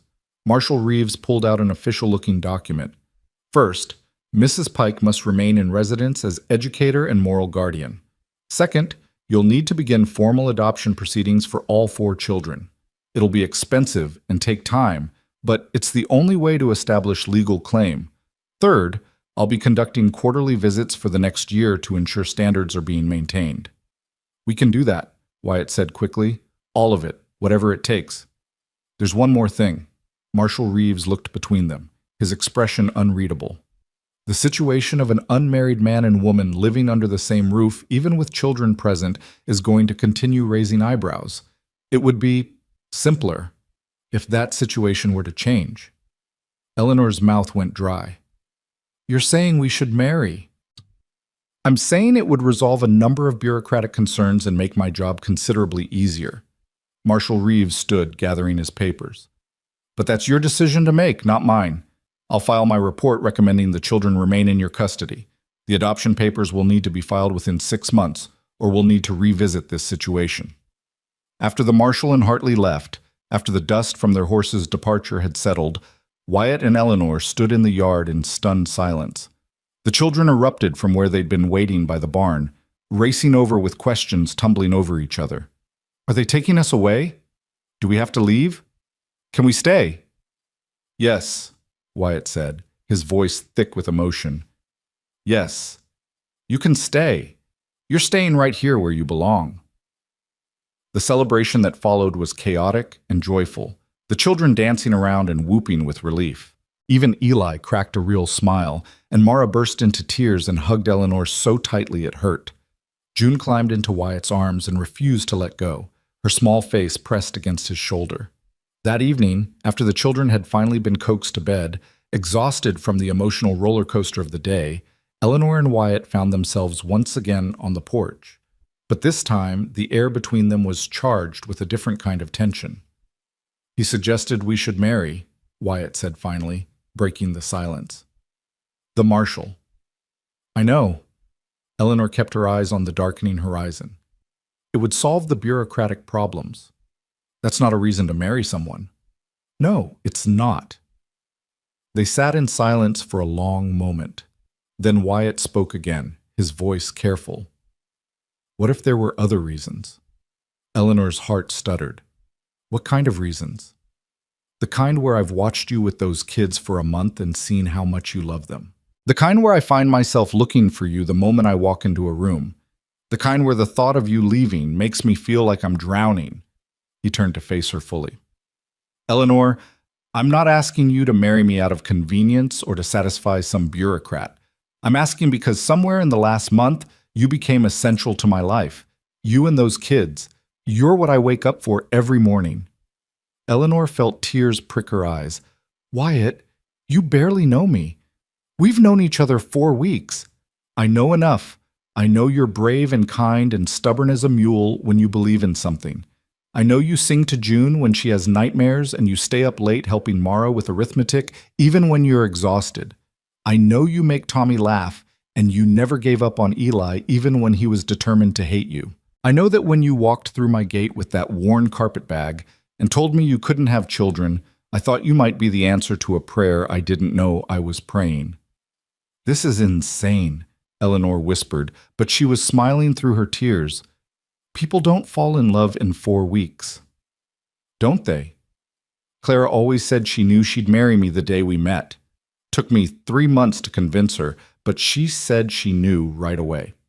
Wyatt reached for Eleanor's hand. I'm not saying it's the same. I'm just saying sometimes you know. And I know that losing you would hurt almost as much as losing those kids. Eleanor looked at their joined hands, at this man who'd shown her what family could look like when it was built on choice instead of obligation. She thought about June's small hand in hers, about Mara's fierce intelligence, about Tommy's laughter, and Eli's slow-blooming trust. She thought about mornings making breakfast together, and evenings reading stories, and the simple rightness of being here, being needed, being part of something bigger than her own broken dreams. I'm barren, Wyatt, she said, needing him to understand fully. If you marry me, there will never be children from our bodies. Only these 4.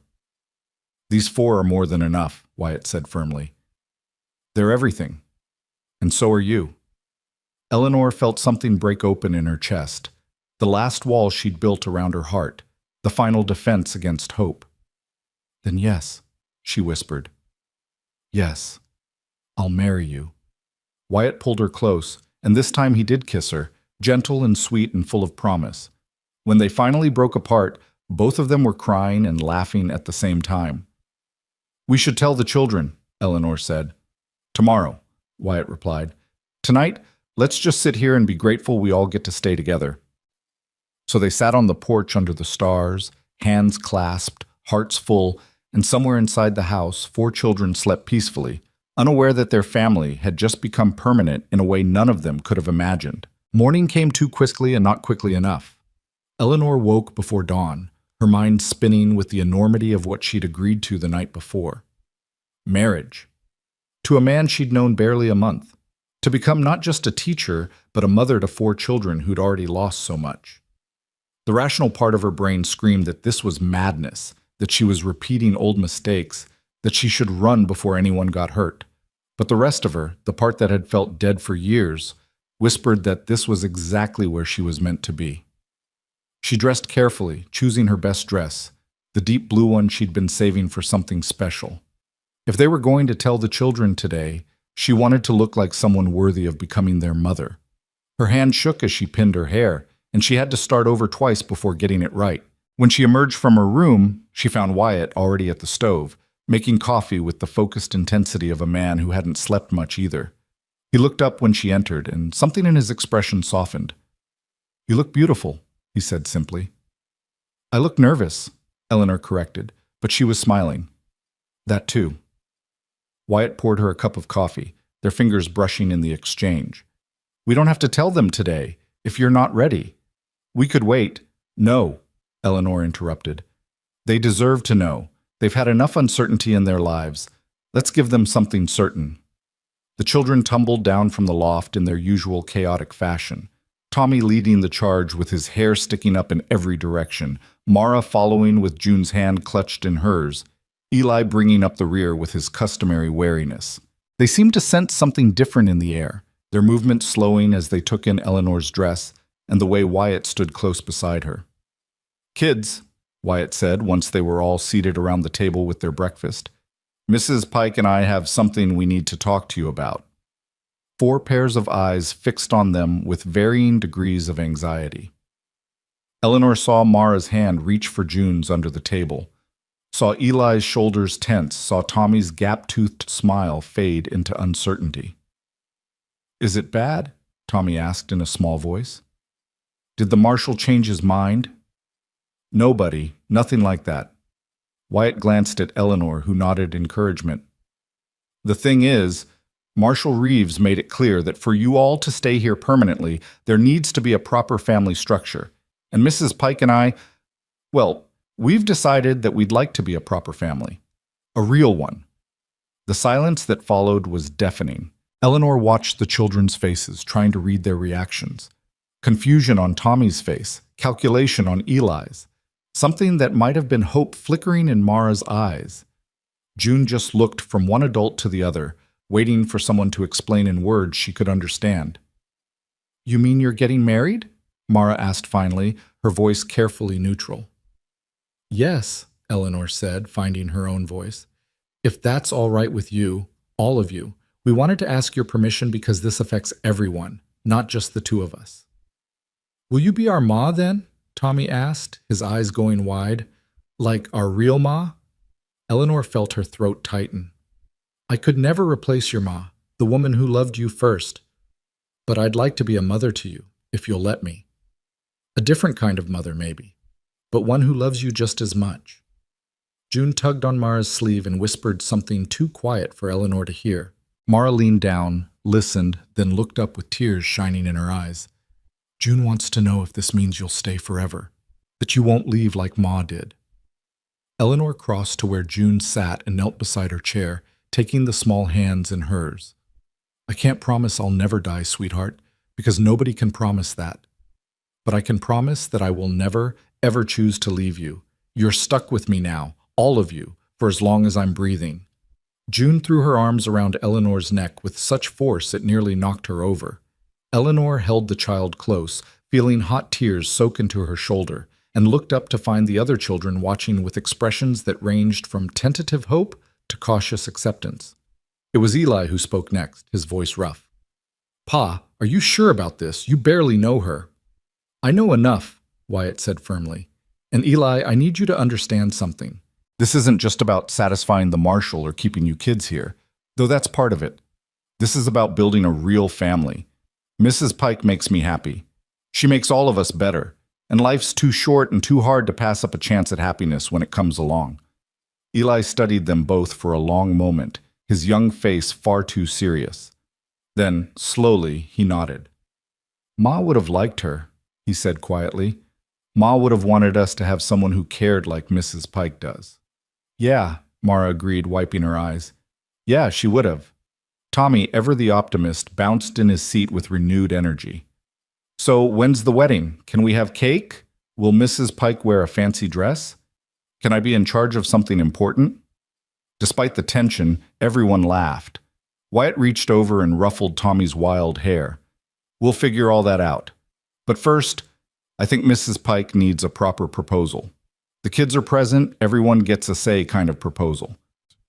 He crossed to Eleanor, who was still kneeling by June's chair, and took her hand to help her stand. Then, to Eleanor's shock and the children's delighted gasps, he dropped to one knee right there in the middle of the kitchen. "Eleanor Pike," he said, his voice steady despite the emotion in his eyes. "You came into our lives like rain after a drought. You brought hope when we'd almost forgotten what it felt like. You loved these children before you had any reason to, and you loved them hard enough to fight for them.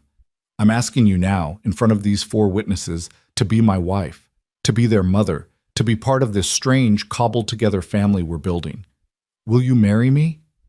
Eleanor looked around at the faces watching her, Wyatt's hopeful and open, the children's ranging from excited to cautiously optimistic. She thought about all the years she'd spent believing she was broken, believing she had nothing to offer, believing her life was essentially over.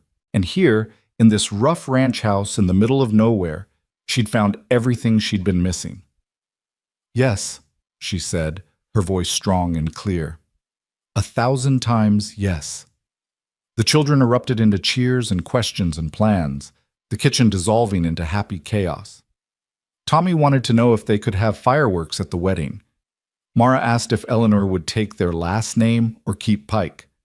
June just clung to Eleanor's skirt, beaming up at her with a smile that could have powered the sun. Even Eli cracked a real smile, the wariness in his eyes finally starting to ease. Later, after the children had been sent outside to do their morning chores, Eleanor and Wyatt stood at the kitchen window watching them play. The relief and joy had settled into something quieter, but no less profound. "I need to tell you something," Eleanor said, her voice low. "Before we go any further, before we make this official." Wyatt turned to face her, concern flickering across his features. "What is it?"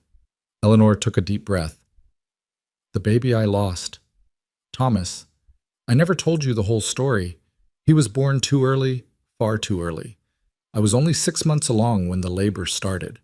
The doctor said it was my fault, that I'd worked too hard, that I'd been too stressed. My husband blamed me, his family blamed me, and I blamed myself for so long that I started to believe I was cursed somehow, that I was never meant to be a mother." "Eleanor, let me finish," she interrupted gently. "I need to say this. After Thomas died, after my marriage fell apart, I tried to kill myself. I took laudanum, enough to stop my heart. My landlady found me and got the doctor in time, but for weeks afterward, I wished she hadn't. I wished I'd succeeded." Wyatt's face had gone pale, but he didn't interrupt, just took her hands and held them firmly. "I'm telling you this because you deserve to know who you're marrying. I'm not some innocent victim who just got dealt a bad hand. I tried to give up. I tried to quit. And there are still days when I wake up and the darkness is there, whispering that I'm not good enough, that I'll fail these children the way I failed my son." "But you didn't fail your son," Wyatt said fiercely. "Bodies fail sometimes, medicine fails, but you, your love, your heart, that didn't fail. And you haven't failed these children. If anything, you've saved them. You've saved all of us." Eleanor felt tears spill down her cheeks. "I just needed you to know. Before you committed to this, you needed to know the whole truth." Wyatt pulled her into his arms, holding her with a gentleness that made her ache. "Thank you for telling me, for trusting me with that. But Eleanor, listen to me. Everyone's got darkness in their past. Everyone's got moments they're not proud of. What matters is that you're still here. You're still fighting, and you're fighting for people who need you desperately." They stood like that for a long moment, drawing strength from each other, until Tommy's voice calling about a snake near the chicken coop broke the spell and sent them both hurrying outside. The next few weeks passed in a blur of preparation and planning. Eleanor and Wyatt decided on a simple ceremony, just family and a few close neighbors, to be held at the ranch under the big cottonwood tree by the creek. Eleanor had no family to invite, and Wyatt's people were all back east and estranged over his choice to raise orphans. But it didn't matter. The family that mattered was already here. The bigger challenge was the adoption papers. Wyatt rode into Clearwater to meet with a lawyer, taking Eleanor along to provide her testimony. The lawyer, a thin, nervous man named Abernathy, explained that the process would take at least 6 months and cost more than Wyatt had initially anticipated. "We're talking about legal adoption of 4 children, Abernathy said, shuffling papers on his cluttered desk. "That's 4 separate proceedings, 4 sets of fees, 4 court appearances. I can bundle them together to save some costs, but we're still looking at close to $300 when all's said and done." Eleanor saw Wyatt's face go tight. $300 was more than the ranch made in 6 months. It might as well have been $3,000. "Is there any way to reduce the cost?" Eleanor asked. "Any legal provisions for families who—" "I'm sorry, Mrs. Pike, the fees are set by the territorial government. I have no control over them." Abernathy looked genuinely sympathetic. "I can offer you a payment plan, but the adoptions can't be finalized until the fees are paid in full." They rode back to the ranch in heavy silence, the weight of impossible choices settling over them like dust. That night, after the children were in bed, Wyatt sat at the table with his head in his hands. "I could sell off part of the herd," he said. "The yearling steers would fetch maybe $150, but we need those steers for breeding stock. Selling them means mortgaging the ranch's future. What about taking on extra work? Eleanor suggested. Breaking horses for other ranchers, hiring out for roundups? Maybe. But that means leaving you alone with the kids for weeks at a time, and with the marshal doing quarterly checks. I'm not sure that's wise. Wyatt looked up at her with exhausted eyes. I keep thinking Clara would know what to do. She was always better at figuring out solutions when I couldn't see past the problem. Eleanor moved to stand behind him, resting her hands on his shoulders. Then let's think like Clara would have thought. What would she suggest? Wyatt was quiet for a long moment. She'd tell us to ask for help, to let the community know what we need. She always said people were mostly good if you gave them the chance to prove it. Then that's what we'll do, Eleanor said firmly. We'll find a way. The opportunity came sooner than expected. The following Sunday, Eleanor suggested they attend the church service in Clearwater, something Wyatt rarely did, preferring to keep his distance from town gossip. But Eleanor insisted, and so they all made the 7-mile trip. The children dressed in their best clothes, Wyatt in a clean shirt with his hair slicked back, Eleanor in her blue dress with her hair carefully pinned. The church was a simple wooden structure, packed with ranch families and townspeople who turned to stare as the Boone family filed in. Eleanor felt the weight of their gazes, heard the whispers that weren't quite quiet enough. The unmarried man and his school teacher, the orphan children, the scandal of it all. But she held her head high and kept her hand on June's shoulder as they found seats near the back. Wyatt sat beside her, Tommy on his other side, and for all the world they looked like exactly what they were, a family. The sermon was about charity and community, about bearing one another's burdens. Reverend Matthews, a kind-faced man with a shock of white hair, spoke about how the strength of a community was measured not by its wealth, but by how it cared for its most vulnerable members. After the service, as people milled around outside, Eleanor made a decision. She approached Reverend Matthews directly, Wyatt trailing behind her, looking uncertain. "Reverend, might I have a word?" "Of course, Mrs. Pike. And congratulations are in order, I understand. Mr. Boone spoke to me last week about performing your marriage ceremony." "Thank you, yes. That's actually what I wanted to discuss." Eleanor took a deep breath, aware of the people edging closer to listen. "Wyatt and I are getting married so we can provide a stable home for 4 children who desperately need one, but we've run into a difficulty. The adoption fees for all 4 children are $300, money we simply don't have. We're not asking for charity, but if anyone in the community needs work done, or if there's any way to help us raise even part of that amount, we'd be grateful for the opportunity." The silence that followed was excruciating. Eleanor felt Wyatt tense beside her, saw several townspeople exchange glances. She'd taken a risk, laying their situation bare in front of everyone. It could backfire spectacularly. Then a woman stepped forward, Mrs. Henderson, who ran the general store with her husband. "How much do you have so far?" "Nothing yet," Wyatt admitted. "I was planning to sell some cattle, but—" "Don't sell your breeding stock. That's foolish," Mrs. Henderson interrupted briskly. "George and I can contribute $25. We've always believed those children were better off with you than in some orphanage." "We can put in 15, another voice called out. Eleanor turned to see Mr. Patterson, Patterson, who owned the feed store. "My wife's been saying for months that someone ought to help those kids get proper legal standing." "The Mercantile Association could sponsor a fundraising social," someone else suggested. "A dance and auction. We've done it before for families in need." More voices chimed in, offering amounts ranging from $5 to $25, offering to donate goods for an auction, offering to help organize an event. Eleanor felt tears prick her eyes as the community that had seemed so judgmental revealed itself to be something else entirely. People who cared, who wanted to help, who understood that sometimes keeping a family together mattered more than regulations and propriety. By the time they left Clearwater that afternoon, they had commitments for nearly half the money they needed and a plan for a fundraising social to be held in 3 weeks. The children chattered excitedly in the back of the wagon about the party, about finally becoming really real family, about all the possibilities opening up before them. That night, after the excitement had died down and the children were asleep, Eleanor found herself once again on the porch with Wyatt. The stars were brilliant overhead, and somewhere in the distance a coyote sang its lonely song. "Thank you," Wyatt said quietly, "for what you did today. I never would have had the courage to ask for help like that." "Clara would have," Eleanor replied. "You said it yourself. She believed in letting people be good. I just followed her example." Wyatt reached for her hand. "You know, I think you two would have been friends." Clara had this way of seeing straight through to the heart of things, of knowing what mattered and what didn't. "You have that same quality." "I wish I could have known her," Eleanor said honestly. "I wish she could see what you've built here, how you've honored her memory by keeping these children safe and loved." "She knows," Wyatt said with quiet certainty. "Wherever she is, she knows. And she's glad you're here." The fundraising social was scheduled for a Saturday evening, which gave Eleanor and the children 3 weeks to prepare.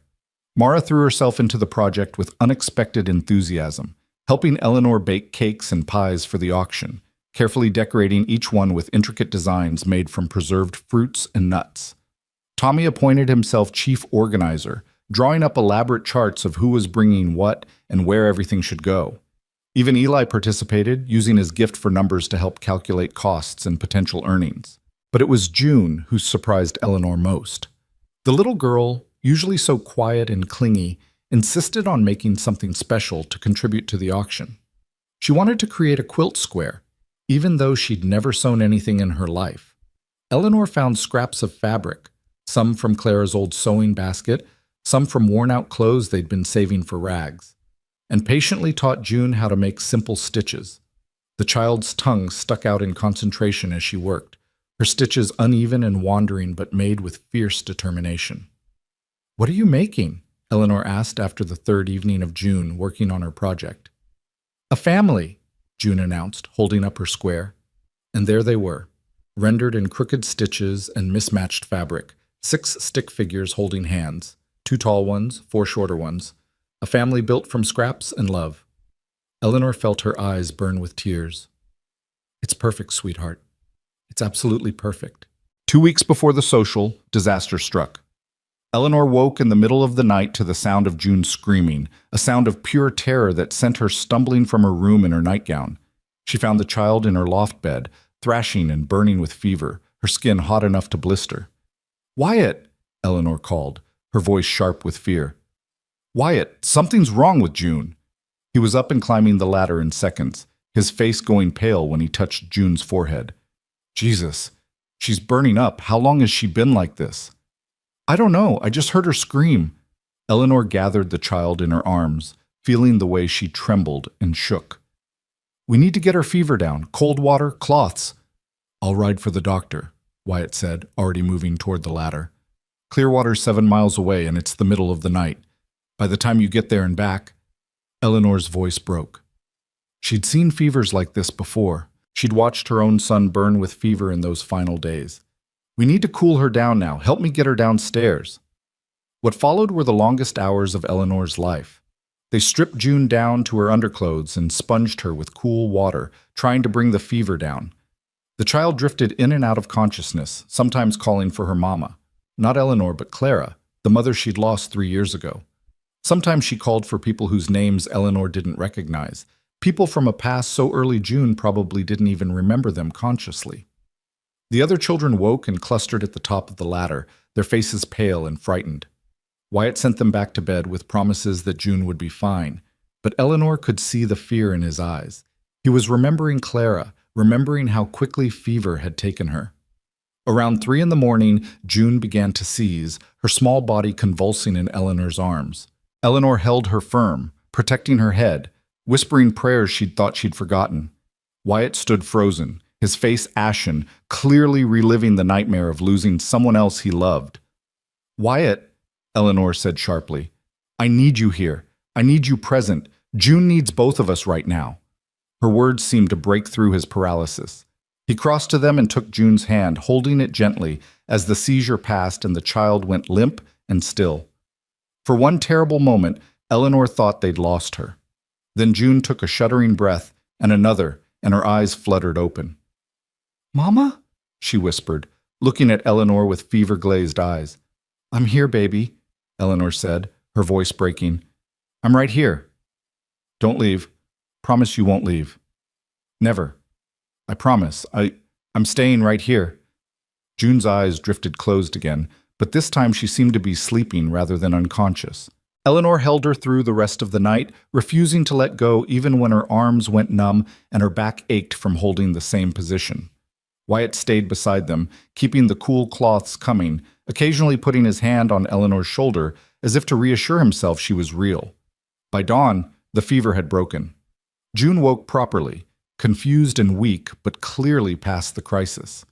When Wyatt rode for the doctor at first light, it was for reassurance rather than emergency. Dr. Morrison made the trip out to the ranch and confirmed what Eleanor had suspected. June had come down with a bad case of ague, probably from playing too long in the creek. She'd be weak for a while, but she was past the worst of it. After the doctor left, Eleanor finally let herself collapse into a chair, shaking with exhaustion and delayed fear. Mara appeared at her elbow with a cup of coffee, and Eleanor looked up to find all 4 children watching her with expressions that made her chest tight. "You saved her," Eli said quietly. "When Pa froze up, you knew what to do. You saved her life." "Your Pa saved her too," Eleanor said firmly.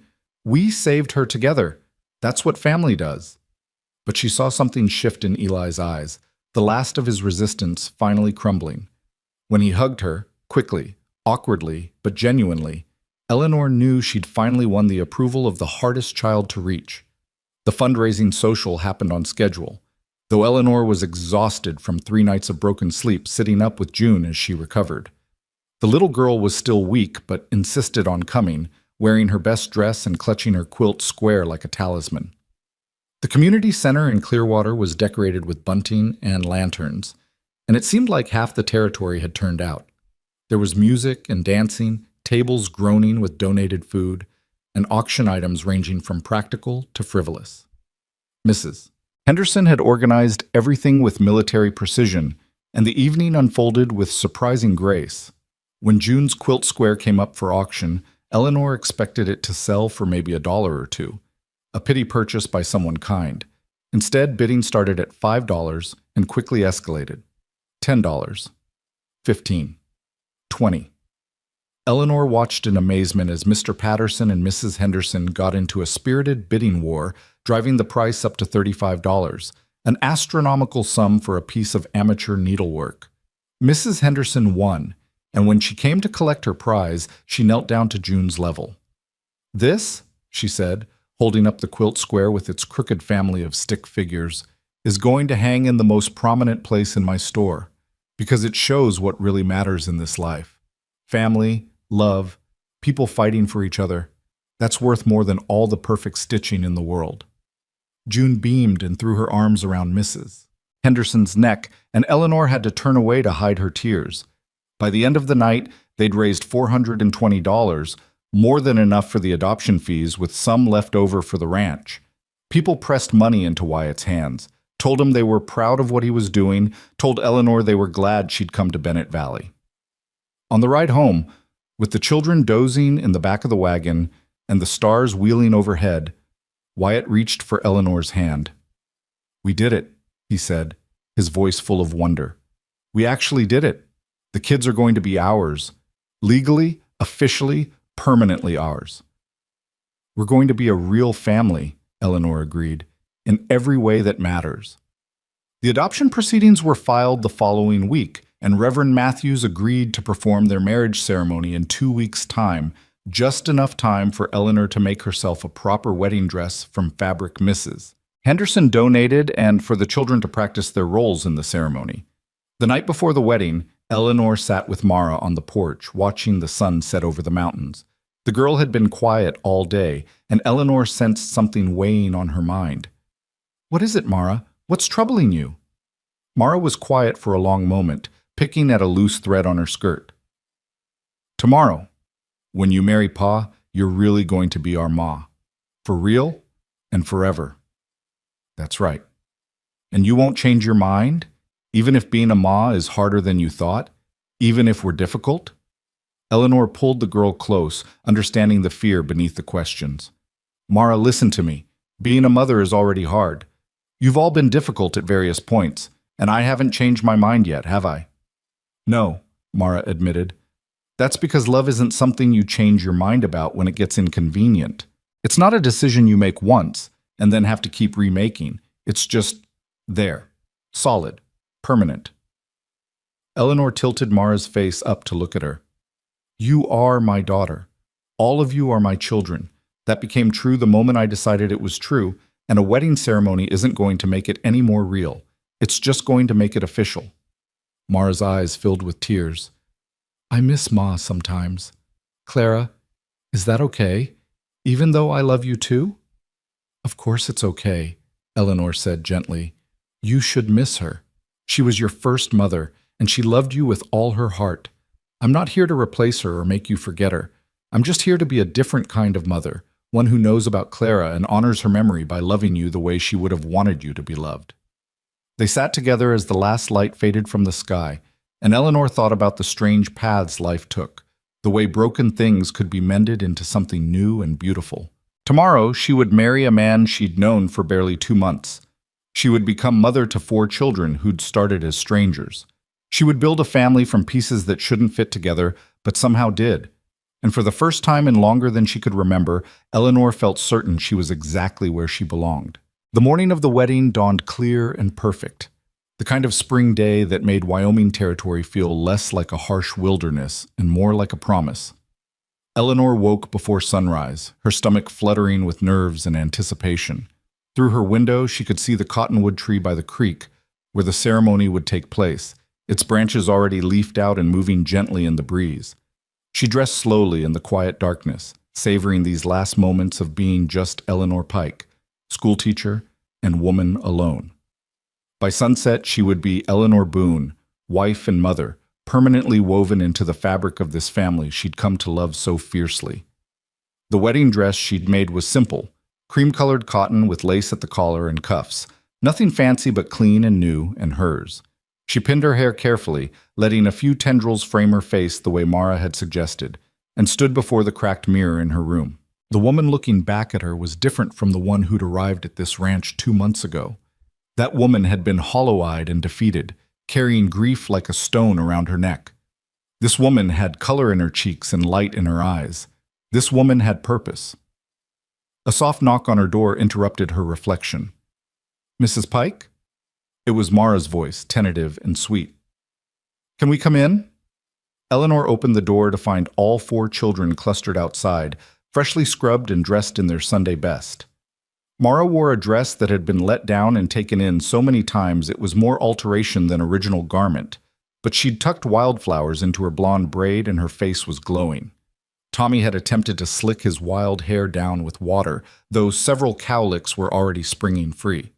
Eli stood with his hands shoved in his pockets, trying to look nonchalant but failing to hide his excitement. And June wore a new dress, the only truly new piece of clothing any of them owned, made from fabric Mrs. Henderson had insisted on providing, with a sash that matched the blue of Eleanor's eyes. You look beautiful, Mara breathed, and the other children nodded agreement. Eleanor felt tears threaten and blinked them back firmly. So do all of you. The most beautiful children in Wyoming territory, I'd wager. Pa's nervous, Tommy announced with the casual brutality of 7-year-olds. He tried to shave and cut himself twice. Eli had to finish for him. Eleanor smiled at the image. Is he ready? He's been ready since dawn, Eli said, and there was something warm in his voice that made Eleanor's heart squeeze. He's been standing by that tree for the past hour, like he's afraid it might run away. Then I suppose I shouldn't keep him waiting. Eleanor took a deep breath, suddenly aware of the enormity of the moment. Children, before we go out there, I need to say something. I need you to know that I'm not just marrying your father today. I'm choosing all of you. I'm promising all of you that I'll be here, that I'll fight for you, that I'll love you for the rest of my life. You understand that? 4 heads nodded solemnly.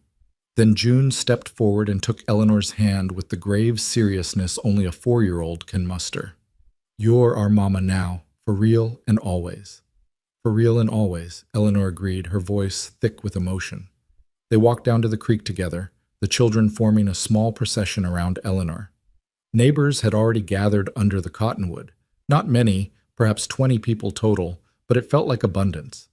Mrs. Henderson was there with her husband, dabbing at her eyes with a handkerchief.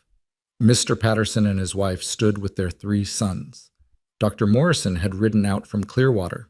Several ranching families Eleanor had met at the fundraising social clustered in small groups, smiling and nodding as she approached. And there, standing beneath the spreading branches of the ancient tree with Reverend Matthews beside him, was Wyatt. He wore a suit Eleanor had never seen before, borrowed probably, or pulled from storage where it had waited since his first wedding. His hair was neatly combed, his face freshly shaved except for the small cuts Tommy had mentioned, and his eyes were fixed on Eleanor with an intensity that made her breath catch. He looked terrified and hopeful and so full of love it radiated from him like heat. Eleanor walked toward him with the children flanking her, Mara on one side, June clutching her hand on the other, the boys trailing slightly behind like an honor guard. This was right, she thought. This was how it should be. Not her father giving her away, but her children bringing her forward to build something new. When she reached Wyatt, he took both her hands in his, and she felt the slight tremor in his fingers. "You're shaking," she murmured. "Terrified," he admitted with a crooked smile. "What if I mess up the vows?" "Then we'll laugh about it later," Eleanor said. "This is just the ceremony, Wyatt. We've already been building the marriage for weeks." Reverend Matthews cleared his throat gently. "Shall we begin?" The ceremony was simple and brief, the words familiar but weighted with new meaning. When Reverend Matthews asked who gave this woman to be married, it was Eli who stepped forward, the oldest, the one who'd been hardest to win over, and said in a clear, strong voice, "We do, all of us. We choose her to be our ma." Eleanor saw Wyatt's eyes glisten with tears, saw several of the neighbors pull out handkerchiefs. This wasn't how these ceremonies usually went, but then nothing about this family had ever been usual. The vows themselves were traditional, but when Wyatt spoke them, his voice was steady and sure. "I, Wyatt Boone, take you, Eleanor Pike, to be my lawfully wedded wife, to have and to hold from this day forward, for better or worse, for richer or poorer, in sickness and in health, to love and to cherish, till death do us part." Eleanor's voice was equally firm. "I, Eleanor Pike, take you, Wyatt Boone, to be my lawfully wedded husband, to have and to hold from this day forward, for better or worse, for richer or poorer, in sickness and in health, to love and to cherish, till death do us part." There was no ring. They couldn't afford such luxuries, but Wyatt had braided a simple band from horsehair and copper wire, and he slipped it onto Eleanor's finger with a tenderness that made her throat tight. It was rough and imperfect, and more precious than gold. "By the power vested in me by the Wyoming Territory and Almighty God," Reverend Matthews intoned, "I now pronounce you husband and wife. Wyatt, you may kiss your bride." Wyatt leaned in slowly, giving Eleanor time to close the distance if she wanted to. She did, meeting him halfway in a kiss that was gentle and sweet and full of promise. Around them, the small gathering erupted into applause and cheers, and the children rushed forward to embrace them both in a tangle of arms and laughter. Mrs. Henderson had organized a small reception, tables set up with food and drink, a fiddle player who struck up a cheerful tune, space cleared for dancing. Eleanor found herself swept from one conversation to another, accepting congratulations and well wishes, watching Wyatt do the same with an ease that surprised her. He was smiling more than she'd ever seen him smile. The weight of worry temporarily lifted from his shoulders. When the fiddle player started a waltz, Wyatt found Eleanor and pulled her into the cleared space. "I should warn you," he said as they began to move. "I'm not much of a dancer." "Neither am I," Eleanor admitted. "We'll stumble through together." They did stumble, both of them laughing when Wyatt stepped on her foot and when Eleanor lost the rhythm entirely. But they held each other close and swayed to the music, and Eleanor felt a happiness so complete it was almost painful. "Thank you," Wyatt murmured against her hair, "for saying yes, for staying, for loving them." "Thank you for letting me," Eleanor replied, "for seeing me as more than my failures, for giving me a family when I thought I'd never have one." They danced 3 more dances before the children demanded their turns. Eleanor waltzed with each of them in succession, Eli stiff and formal, Mara giggling and graceful, Tommy enthusiastic but chaotic, and June standing on Eleanor's feet and letting herself be carried around. By the end, Eleanor was breathless and laughing, her careful hairstyle coming undone, her dress dusty from the hem, and she'd never felt more beautiful in her life. As the sun began its descent toward the mountains, the guests started to depart, offering final congratulations and promises to visit soon. Mrs. Henderson pressed a package into Eleanor's hands. A wedding gift. Don't open it until tonight. And Dr. Morrison reminded them he'd be back in 2 weeks to check on June's recovery.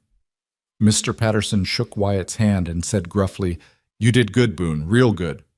Finally, it was just the 6 of them, the newly formed Boone family, standing in the golden evening light beneath their cottonwood tree. The children were wound up from the excitement, talking over each other about the ceremony and the dancing and who had eaten the most cake. "All right, you wild things," Wyatt said with mock sternness. "Time to settle down. We've got chores to do before full dark, wedding day or not." The children scattered to their tasks with surprising willingness, leaving Eleanor and Wyatt alone for a moment.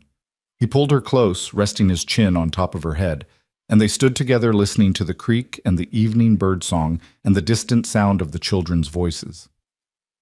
"This is real now," Eleanor said softly. "We're really doing this." "We've been doing this since the day you arrived," Wyatt replied. "This just makes it official." That evening, after a supper of leftovers from the reception, and after the children had been corralled into washing up and changing into nightclothes, the family gathered in the main room. It had become their ritual, this time together before bed when the day's work was done and they could just be together. Eleanor settled into the rocking chair with June in her lap, the little girl already drowsy and thumb firmly planted in mouth. Mara sat at Eleanor's feet, leaning against her legs. The boys sprawled on the floor near Wyatt's chair, and for a moment Eleanor just looked at all of them, memorizing this tableau of her family. "Mrs." Mara started, then stopped and corrected herself with a shy smile. "Mama, will you read us a story?" The word "mama" hit Eleanor like a physical force.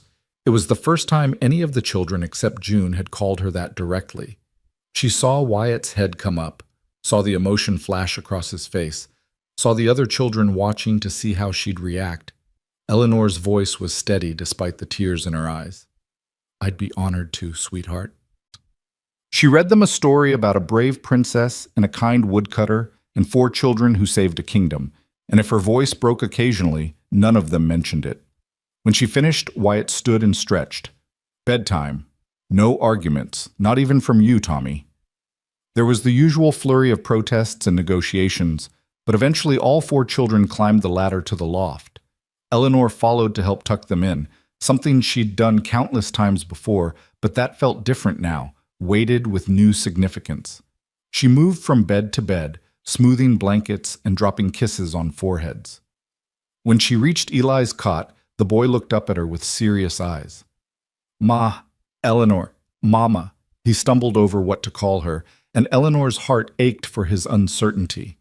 "Are you happy? Like, really happy? Or are you just doing this because you felt like you had to?" Eleanor sat on the edge of his narrow bed, taking one of his hands in hers. "Eli, I'm going to tell you something I want you to remember. I've been a lot of things in my life. Sad, angry, desperate, hopeless. But right now, at this exact moment, I am happier than I've ever been. Not because I have to be, not because it's expected, but because I get to be your mama. Because I get to be part of this strange, wonderful family. That's real, Eli, as real as anything I've ever felt." Eli studied her face for a long moment, then nodded slowly. "Okay, good. Because we're pretty happy you're here too. Even if I didn't show it at first." "You were protecting yourself," Eleanor said gently.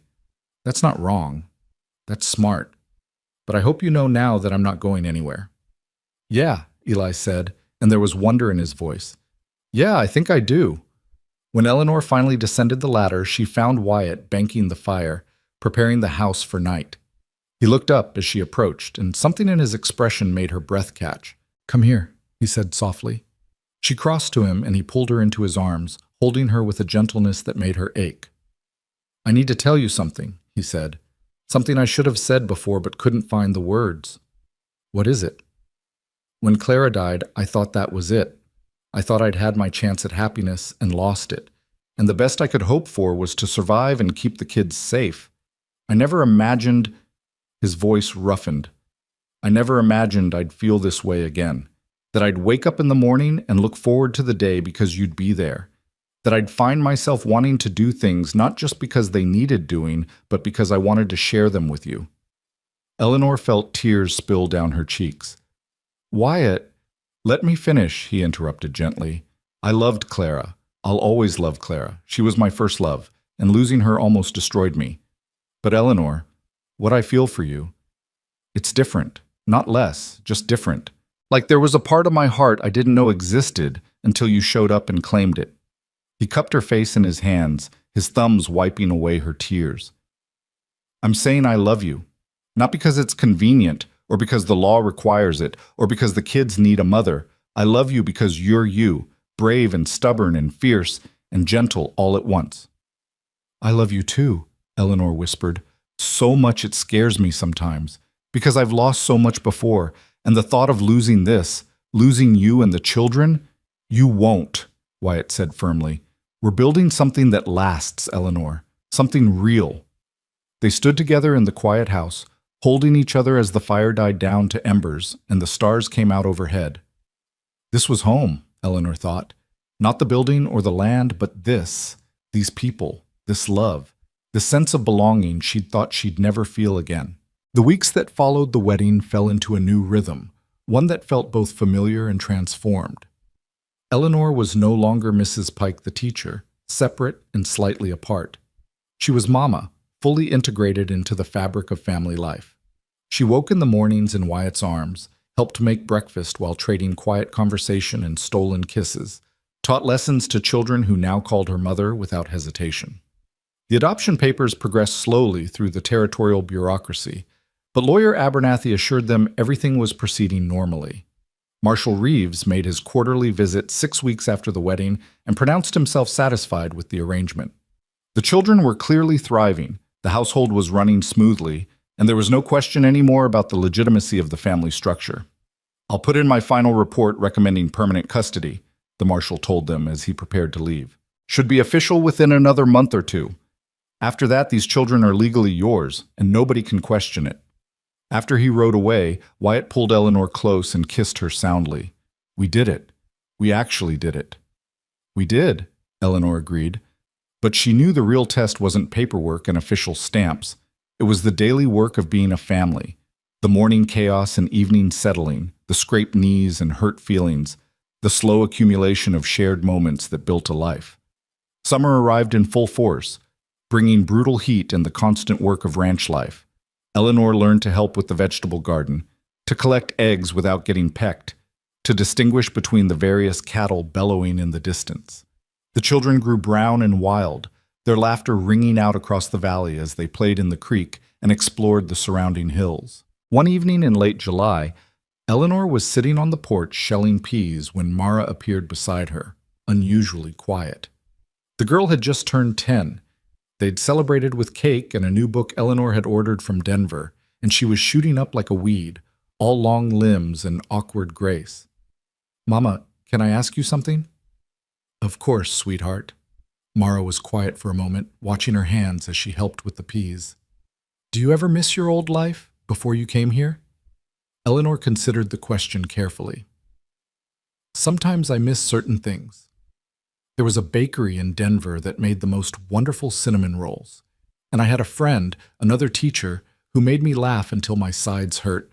But miss my old life as a whole? No, because my old life was mostly about being lonely and feeling like I'd failed at everything that mattered. But you were free, Mara pointed out. You could go where you wanted, do what you wanted. Now you're stuck here with us. Mara, look at me. Eleanor waited until the girl met her eyes. I'm not stuck. I'm chosen. There's a difference. Every day I wake up and choose to be here, choose to be your mama, choose this life. That's not being trapped. That's being exactly where I want to be. Even when Tommy drives you crazy with his questions, even when June has nightmares and keeps you up half the night, even when I'm moody and difficult, Eleanor smiled and pulled the girl close. Especially then, because that's what family is, honey. It's choosing each other over and over, even when it's hard. Especially when it's hard. Mara leaned into the embrace, and Eleanor felt the tension drain from her thin shoulders. They sat like that until Wyatt called them in for supper, and Eleanor thought about how far they'd all come. These children who'd learned to trust again, this man who'd learned to open his heart after devastating loss, and herself, the barren woman who'd found a different way to be a mother. The adoption papers were finalized in August, arriving by special courier from Cheyenne on a sweltering afternoon when even the chickens were too hot to move. Lawyer Abernathy had enclosed a note saying he'd never seen such an easy approval. Apparently, Marshal Reeves's recommendation had carried significant weight, and several prominent citizens' testimonials had helped seal the decision. Wyatt read the official documents aloud to the family, his voice catching as he reached the final declaration. Be it known that Eli James Boone, Mara Louise Boone, Thomas William Boone, and June Marie Boone are hereby declared the legal children of Wyatt Robert Boone and Eleanor Mary Boone, with all rights and privileges thereof. The children erupted into cheers and questions, talking over each other in their excitement. But it was June who summed up what it meant most simply, climbing into Eleanor's lap and announcing with great satisfaction, "Now we're a real family, forever and ever." "Forever and ever," Eleanor agreed, holding the child close and looking around at the faces of her family, her husband, her children, the life she'd built from broken pieces and stubborn hope. That night, after the excitement had died down and the children were finally asleep, Eleanor stood at the window of the bedroom she now shared with Wyatt, looking out at the mountains silhouetted against the starlit sky. She thought about the woman who'd arrived here 6 months ago, hollow-eyed and defeated, believing her life was essentially over at 28. That woman had been so lost, so certain that her barrenness defined her, that her inability to bear children meant she was fundamentally broken. But she'd been wrong about what it meant to be a mother. Being a mother wasn't about blood or biology or carrying a child in your womb. It was about showing up every day. It was about wiping tears and teaching lessons and fighting off nightmares. It was about choosing to love children who needed loving, about building a family from whatever pieces life gave you. She felt Wyatt's arm slip around her waist from behind, his chin coming to rest on her shoulder. "What are you thinking about?"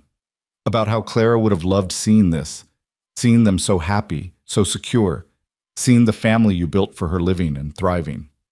"The family we built," Wyatt corrected gently. "You're as much a part of this as she was, different but equal. You gave these kids something they desperately needed, proof that love could come again after loss. That opening your heart wasn't a betrayal of the past, but an honoring of it." Eleanor turned in his arms to face him. "I used to think my life was over when I couldn't have children. I thought that was my whole purpose, and without it, I was just taking up space, waiting to die. And now? Now I know that my son, Thomas, he wasn't my failure. He was my teacher. He taught me about love and loss and the preciousness of every moment. And that pain, as terrible as it was, prepared me to be the mother these 4 children needed. Someone who understood grief. Someone who knew what it felt like to be broken and still find reasons to keep living." She smiled through sudden tears. "I think maybe Thomas would be proud of me, of us, of this family we've made." Wyatt kissed her forehead, her cheeks, her lips. "I know he would be, just like Clara is, just like everyone who ever loved us is proud of what we've built here." They stood together in the darkness, drawing strength from each other the way they'd learned to do over these months of building a life together. Outside, a storm was rolling in from the mountains, bringing the promise of rain and the sharp scent of ozone. Inside, their children slept peacefully, secure in the knowledge that they were loved and wanted and would never be abandoned again. The autumn that followed was the most beautiful Eleanor had ever experienced. The cottonwoods turned gold, the air grew crisp and clear, and the ranch settled into the rhythms of harvest and preparation for winter. Eleanor taught the children their lessons in the mornings and worked alongside them and Wyatt in the afternoons, learning the 1,000 small skills that made up ranch life. She learned to preserve vegetables and fruits for the winter, filling the cellar with jars of beans and tomatoes and peaches. She learned to render lard and make soap, to card wool and start a quilt. Mrs. Henderson became a regular visitor, teaching Eleanor the practical skills she'd never needed in her old life but were essential now. The children continued to grow and change in ways that filled Eleanor with pride.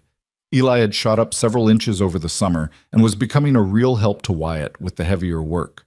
His gift for numbers had evolved into a talent for ranch management, and he'd started keeping meticulous records of the cattle and horses.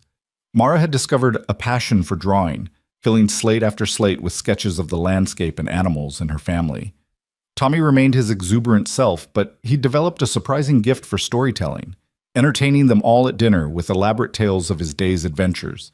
And June, no longer the tiny waif Eleanor had first met, was growing into a sturdy, confident little girl who tagged along with her older siblings and held her own in their games. One evening in October, when the first snow was dusting the mountain peaks and the air carried the promise of winter, the family gathered around the fire after supper. Wyatt was carving a new handle for a tool that had broken. The children were supposed to be doing their evening chores, and Eleanor was mending by lamplight. June appeared at Eleanor's elbow, her small face serious. "Mama, I need to tell you something." "What is it, sweetheart?" "I don't remember my first mama, the one who had me in her tummy." June's dark eyes were troubled. "Eli and Mara and Tommy, they remember their first mamas and papas, but I don't remember anyone before Ma Clara. Does that make me bad?" Eleanor set down her mending and pulled the child into her lap. "Oh, honey, no, that doesn't make you bad. You were so little when you came to this family, just a tiny baby. It's natural that you don't remember before that. But sometimes I feel sad about it, like I'm missing something important." Eleanor held her close, feeling the weight of this small person who'd come into the world unwanted and unloved and had somehow, miraculously, ended up here. "You know what I think? I think maybe your first mama loved you so much that she knew she couldn't take care of you the way you deserved. So she brought you somewhere safe, somewhere she knew you'd be found by people who could love you properly. That took courage, June. She could have made other choices, harder choices, but she chose to give you a chance at a good life." "You really think so?" "I do. And I think she'd be so proud if she could see you now, healthy and happy and loved by a whole family who'd fight dragons for you." June considered this for a moment, then nodded slowly. "I'm glad she brought me here, because now I have you and Pa and Mara and Eli and Tommy. That's a lot of people to love me." "That's right. You're very rich in love, June Marie Boone." The child beamed at the use of her full legal name, the one that made her officially part of this family. She snuggled deeper into Eleanor's arms and announced, "I think I'm the luckiest girl in Wyoming." "I think," Eleanor replied, kissing the top of her head, "that we're all pretty lucky." Winter came hard and fast that year, blanketing the valley in snow by mid-November and keeping them housebound for days at a time. But the house was tight and well-provisioned, and somehow the forced closeness only strengthened their bonds. They played games and told stories, did lessons around the kitchen table, and worked on projects that would have been impossible during the busy spring and summer. Eleanor taught Mara to read music from an old hymnal she'd brought from Denver, and discovered the girl had a sweet, true voice. Tommy learned to read chapter books, devouring every story Eleanor could provide and begging for more. Eli worked with Wyatt on plans for expanding the ranch, learning to think strategically about business. And June, with the determined concentration only a young child can muster, learned to write her full name and count to 100. On Christmas Eve, they gathered around the tree Wyatt and Eli had cut from the foothills. A scrubby juniper that looked half dead, but that the children had decorated with strings of popcorn and paper chains and dried apple slices. There were no store-bought presents, but everyone had made something for each other. Eleanor received a carved wooden box from Wyatt, a drawing of the family from Mara, a collection of interesting rocks from Tommy, a scarf knitted from yarn unraveled from an old sweater from Eli, and a lopsided clay bowl from June that was the most precious thing Eleanor had ever been given. After the children were finally asleep, giddy with excitement and sugar from the cookies they'd made, Eleanor and Wyatt sat by the dying fire, holding hands and watching the play of light on the walls. "This time last year," Wyatt said quietly, "I was wondering if I'd make it to spring. Wondering if I had the strength to keep going without Clara, to keep fighting for kids who weren't even legally mine. The loneliness was eating me alive. And now? Now I have you. I have them, really and truly and legally. I have a reason to get up every morning that isn't just grim determination. He turned to face her fully. Eleanor, you saved us. All of us. This family would have fallen apart without you. We saved each other, Eleanor corrected. I was just as lost as you were, just as certain my life was over, and then I walked through that gate and you smiled and said my barrenness was good because you had enough kids for both of us. Do you remember that? How could I forget? It was the truest thing I'd ever said. Wyatt pulled her close. You want to know something? When I saw you standing there with your carpet bag and your worn dress and your eyes full of hurt, something in me recognized something in you. I thought, here's someone who understands loss. Here's someone who might understand us. You were right, Eleanor whispered. I did understand. I do understand. And I thank God every day that I had the courage to stay. They sat together until the fire burned down to ash, until the house was cold enough that they needed to retreat to their bedroom and the warmth of shared blankets. As Eleanor drifted off to sleep in her husband's arms, she thought about the long road that had brought her here, the pain and loss and desperation that had felt like the end of everything. But it hadn't been the end. It had been preparation. Every moment of grief had been teaching her how to hold space for other people's pain. Every moment of loneliness had been showing her how precious connection was. Every moment of believing she was worthless had been preparing her to see value in children the world had discarded. She'd come to this ranch believing she had nothing to offer, but she'd been wrong. She'd had everything to offer, just not in the way she'd imagined. Spring returned to Bennett Valley with its usual dramatic flair. The snow melting in rushing torrents, the grass exploding into green, the cottonwoods budding out almost overnight. The Boone family emerged from their winter hibernation like bears from a den, blinking in the sudden brightness and eager to be outside again. On a morning in late April, Eleanor stood in the yard watching the children play while Wyatt worked with a young horse in the corral. June was turning 5 next week, and the baby roundness was leaving her face, revealing the person she'd become, confident, curious, deeply loved. Mara, at 10, was on the cusp of adolescence, her body beginning to change in ways that both excited and frightened her. Tommy, 8 now, was missing both front teeth and looked like a jack-o'-lantern when he grinned. And Eli, who just celebrated his 13th birthday, was nearly as tall as Wyatt and developing the rangy strength of young manhood. They were growing up so fast, these children of hers. Soon enough, they'd be adults, making their own choices, building their own lives. The thought should have been frightening. After all, she'd only had them for a little over a year. But instead, Eleanor felt a quiet pride. She and Wyatt were giving them the tools they'd need: education, love, confidence, the knowledge that they were valued and wanted. Mrs. Henderson came riding up the valley road, her horse picking its way carefully through the mud left by the spring melt. She dismounted at the gate and hurried over to Eleanor with obvious excitement. "I have news," she announced without preamble. "The territorial legislature just passed a new law. It establishes formal protections for adopted children, says they have the same legal rights as biological children, that they can inherit property, that they can't be taken away once adoption is finalized except in cases of extreme abuse or neglect." Eleanor felt her knees go weak with relief. So the children are completely safe now? No one can question their place in this family? No one, Mrs. Henderson confirmed. They're as much yours as if you'd given birth to them. The law recognizes that now, officially and permanently. That evening, Eleanor shared the news with the family. The children didn't fully understand the legal implications, but they understood the important part. They were safe. They were permanent. They were home. As summer arrived and the ranch burst into full productivity, Eleanor found herself thinking often about the journey that had brought them all to this point. She thought about this woman she'd been, broken, hopeless, convinced her life was over at 28. She thought about the children who'd been cast off by the world, labeled as unwanted or too difficult or simply inconvenient. She thought about Wyatt, trying to honor his dying wife's wishes while facing a system determined to tear his family apart. And she thought about how they'd all saved each other.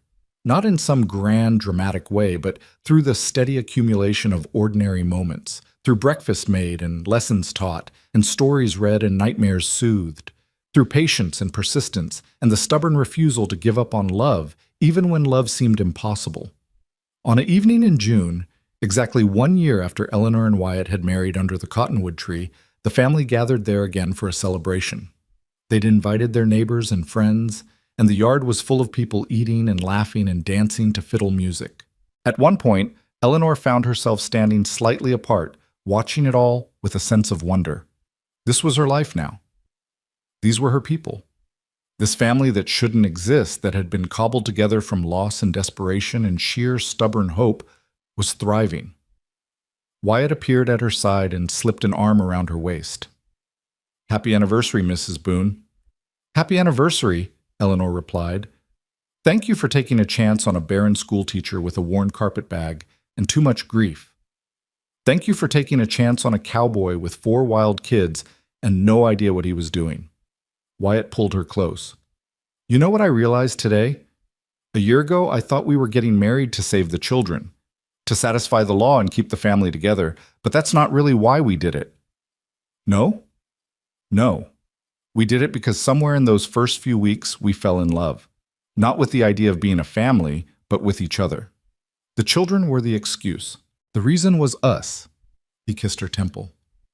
"Best decision I ever made, asking you to marry me." "Second best decision," Eleanor corrected with a smile. "The best was opening your door to those 4 children in the first place." "Fair enough," Wyatt laughed. "Come on, our kids are waiting for us to cut the anniversary cake."